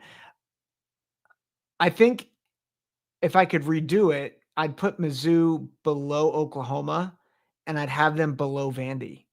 Because I just realized this. Vandy played at South Carolina and beat them 31-7. That is not what Mizzou did. So I think I was a little prisoner of the moment on Yeah. Missouri.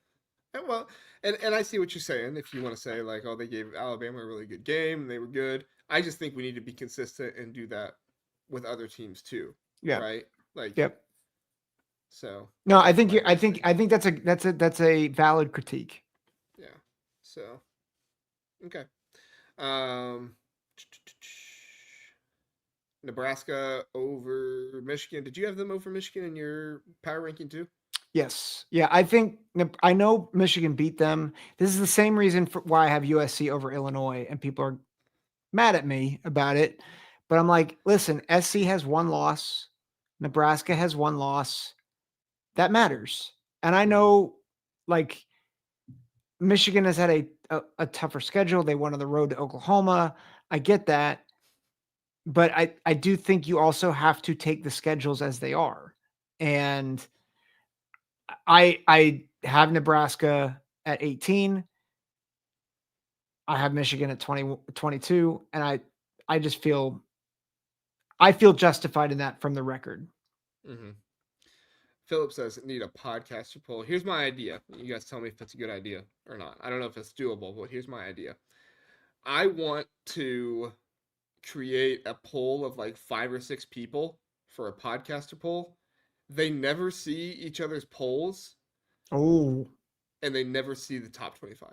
oh, You purposely shield yourself. Obviously, you're going to see the rankings on TV, but I think if you purposely shield yourself from like actually looking it up and like making it with that, or like looking up like FPI or anything like that, mm, if you actually just shield yourself from all of that and then see what happens, because I think that's the biggest issue is everybody sees each other's yep, and they think, that's oh, fair.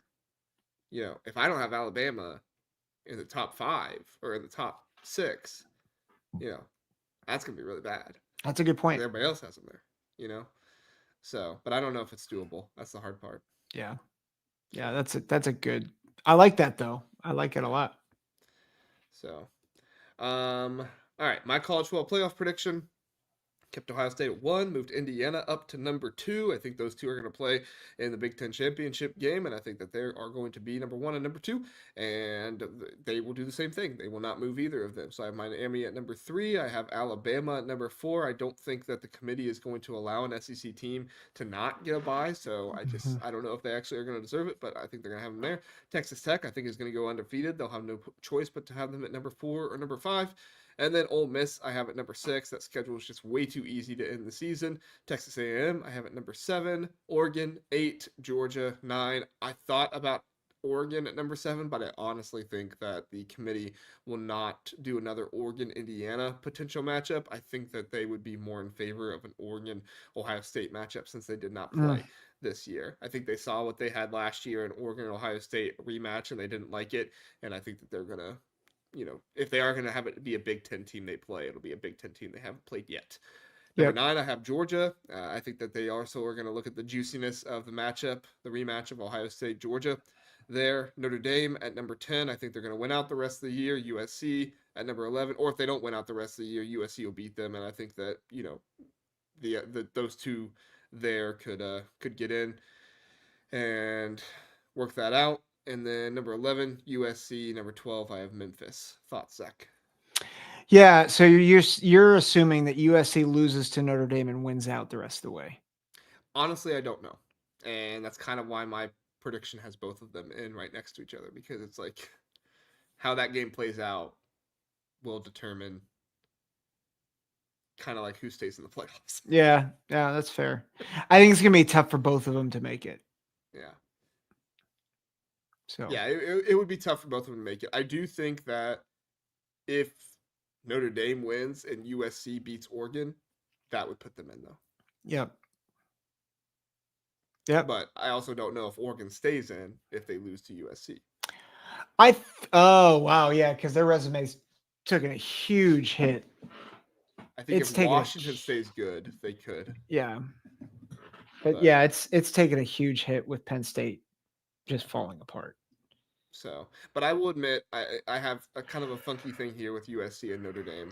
It's just, I think that is going to decide who makes the playoffs between those two. And there's a possibility they could both make it. So I just went ahead and put them both in and said we'll figure it out next week. Okay, that's fair. So, all right, you want yours up? Sure. Yeah, so I switch things around a bit. I have Indiana as my number 1 seed. At this point, and things can change, but I really like Indiana, man. Like they were just so good against Oregon this past week. And so for now, they're my number 1 seed. And I do think they will have an undefeated conference champion be the 2nd seed. So I've got Miami number 2. I think Ohio State loses the Big Ten title game, drops to 3. Alabama 4. Texas Tech. I don't think Texas Tech is losing a game in the Big 12. I've got them 5th. Yeah, I don't think they do either. I've got Oregon 6th because I have them winning out. 7th, I have Texas A&M. 8, Ole Miss. To your point, they're not going to lose. I don't think they're going to lose enough games to get knocked out of the playoff, despite the fact that they stink. Georgia Tech, I still don't. And they have a really easy schedule to end the year too. Yeah, and I'll be honest, I would not be shocked if they beat Georgia. Because I don't think Georgia's good. No. I don't think Georgia has good offense, and I don't think they have a good pass rush anymore. Yeah. USC 10. I have Mizzou at 11 because similar to Ole Miss, like they have a pretty manageable schedule down the stretch. And then 12, I have USF. Okay. I got no issues. I'm good with it. Okay. You want to see who FanDuel has as the favorites to make the national championship game? Sure. However, Billy said, remember that Zach picked Illinois to beat OSU. Not true. I picked them preseason. Yeah. You didn't pick but them this last time, though. yeah, but before the week, I wasn't on the show, but JR has it recorded. I sent my picks to him. And The I read two, them. yeah. I read them. Did you read them? Okay. I said 34-17 Ohio State over Illinois. So lies, Billy. All No, lies. he's not lying because you No, did he's pick not. them at one point, but It's you retracted the pick. yeah. That's So right. I got more information. Your retraction went better than Josh Pate's retraction. Wow. That was not good. Yeah. Also, real quick before you read FanDuel, my team's Ohio State. Mr. Bucknuts. He asked who my team was. I'm a Buckeye through and through. Mm-hmm. All right. So who are you guessing are the favorites to make the national championship game? I mean, Ohio. I think Ohio State, Miami. Nope, not Miami. Alabama. Yep. Yeah. Miami is plus 360. Alabama is plus 320. Ohio State is plus 145 to make the national championship game. They have odds for making the semifinals as well, which is rather interesting. Miami actually has the best odd, or the second best odds to make the national or the semifinals, which is interesting. They have better odds than Alabama. And then Ohio State is the only team with minus odds. Go figure. Semifinals. Yeah, something that's interesting. Like if you look at Sagarin and FPI and all these more computer generated metrics and power ratings, they are not high on Miami. Which it's just interesting because Miami doesn't finish games. Yeah. A lot of these metrics, they take into account fourth quarter a lot if you're within a certain like point difference. And Miami, they've beat teams handily, but they have let them stay around enough to where it can be within like 21 points. And that's typically it's like 21, 24 points, depending on what you look at. Yeah. And so they because it's considered still a game in the fourth quarter at that point, they heighten those fourth quarter stuff a little bit more. Yeah. It's a very technical term there, but you know what I'm saying. Yeah. And I think that's one of the issues why Miami is not thought of as highly by some of the computers. Yeah. It's just interesting. They're sixth in Sagarin. They are eighth in FPI. They're below Texas. They're below Georgia. The they don't play anybody there. That's true. I mean, ESP and FPI, although they're a bias for the SEC, they are not biased for the ACC. No. Here's the other interesting thing. So I know I said I picked Indiana. This is why I'm like hesitant with it. The difference between Indiana and Ohio State. By the way, Ohio State and Indiana are 1-2 in FPI. Like Indiana is above Alabama in FPI, which I think is crazy. But Ohio State is a full 3 points better than Indiana. And just to give you an idea of what that is, Indiana is 0.4 points above Alabama. Like it's a sizable difference. And same thing with Sagarin. The number 2 team in Sagarin's Notre Dame. It is a 4.5 point difference between Ohio State and Notre Dame. Between Notre Dame, Oregon, and Indiana, or between Notre Dame and Oregon, who are 2 and 3, they are 0.04 points apart. And like Indiana is almost a full point under Notre Dame. Ohio State's tracking well above everybody else right now. You know who you could look at on FanDuel that has some nice odds to possibly make the national championship game? You just mentioned them. Notre Dame? No. Another team from Indiana. The Hoosiers are plus. Oh, well, yeah. Sorry. That is fourth best, plus 430. They're behind Miami and Alabama. Plus 430 for Indiana to make the national championship game. If you're an Indiana believer, I'm just saying. It's that's. I think it's. I mean, I think they are. I'll say this: they're going to win at least a playoff game, probably multiple playoff games. Oh yeah. They are plus 145 to make the semifinals. That's again fourth best. Yeah. And then to make the quarterfinals, they are minus 370. Ohio State is minus 3,000 to make the quarterfinals. So the teams they think that will be in the quarterfinals are Ohio State, Oregon, Miami, Alabama, Georgia, Texas A&M, and Indiana. Indiana has better odds than Texas A&M, Georgia, and Miami to make the quarterfinals. But Miami has better odds to make the semifinals, which is interesting. I guess they just think if Miami wins, yeah. I don't know. I find it fun to see how the odds kind of match up, and I like that little thing there. So if you have if you want to find those odds, you can find them at FanDuel, and you can find Zach's data over at Sagrid, right, Zach? Yep. Yeah, my data. FEI a lot. Yeah, your data. I've been using FEI a lot now. Yeah. FEI. What are they saying? Well, they're not high, very high on Indiana. They've not adjusted for this week though. Oh, they haven't? No. I just started looking it up. Yeah, they are opponent adjusted efficiency, which I think is neat. So, yeah, they have Indiana at 5-0, and they have Oregon at 5-0 still. So yeah, they haven't adjusted yet. So we'll see what they come up with. Yeah. Come on, FEI. Sunday. Adjust. All right, Zach, I think that's all we have, correct? You got anything else? No, we've been here too long. We've been here 2 hours. We have burned the midnight oil tonight on the Big Ten Huddle. You guys got a full 2 hours. Philip, I hope you're happy out there. Probably going to ask for 5 hours next, but that's fine. Anything else, Zach, before we get out of here? Make sure you check out our video on James Franklin getting fired. Yes, that was almost at 1,000 views when we came on here. So yeah, there you go.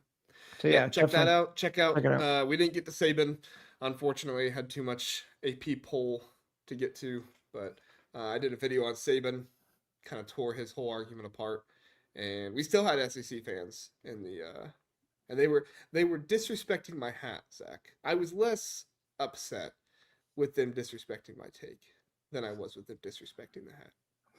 I think it's a great hat. This one, it's a great hat. They cannot refute. Undefeated in hypothetical matchups. It's true. Yes, it's true. I might need to buy it. I might need to buy that hat.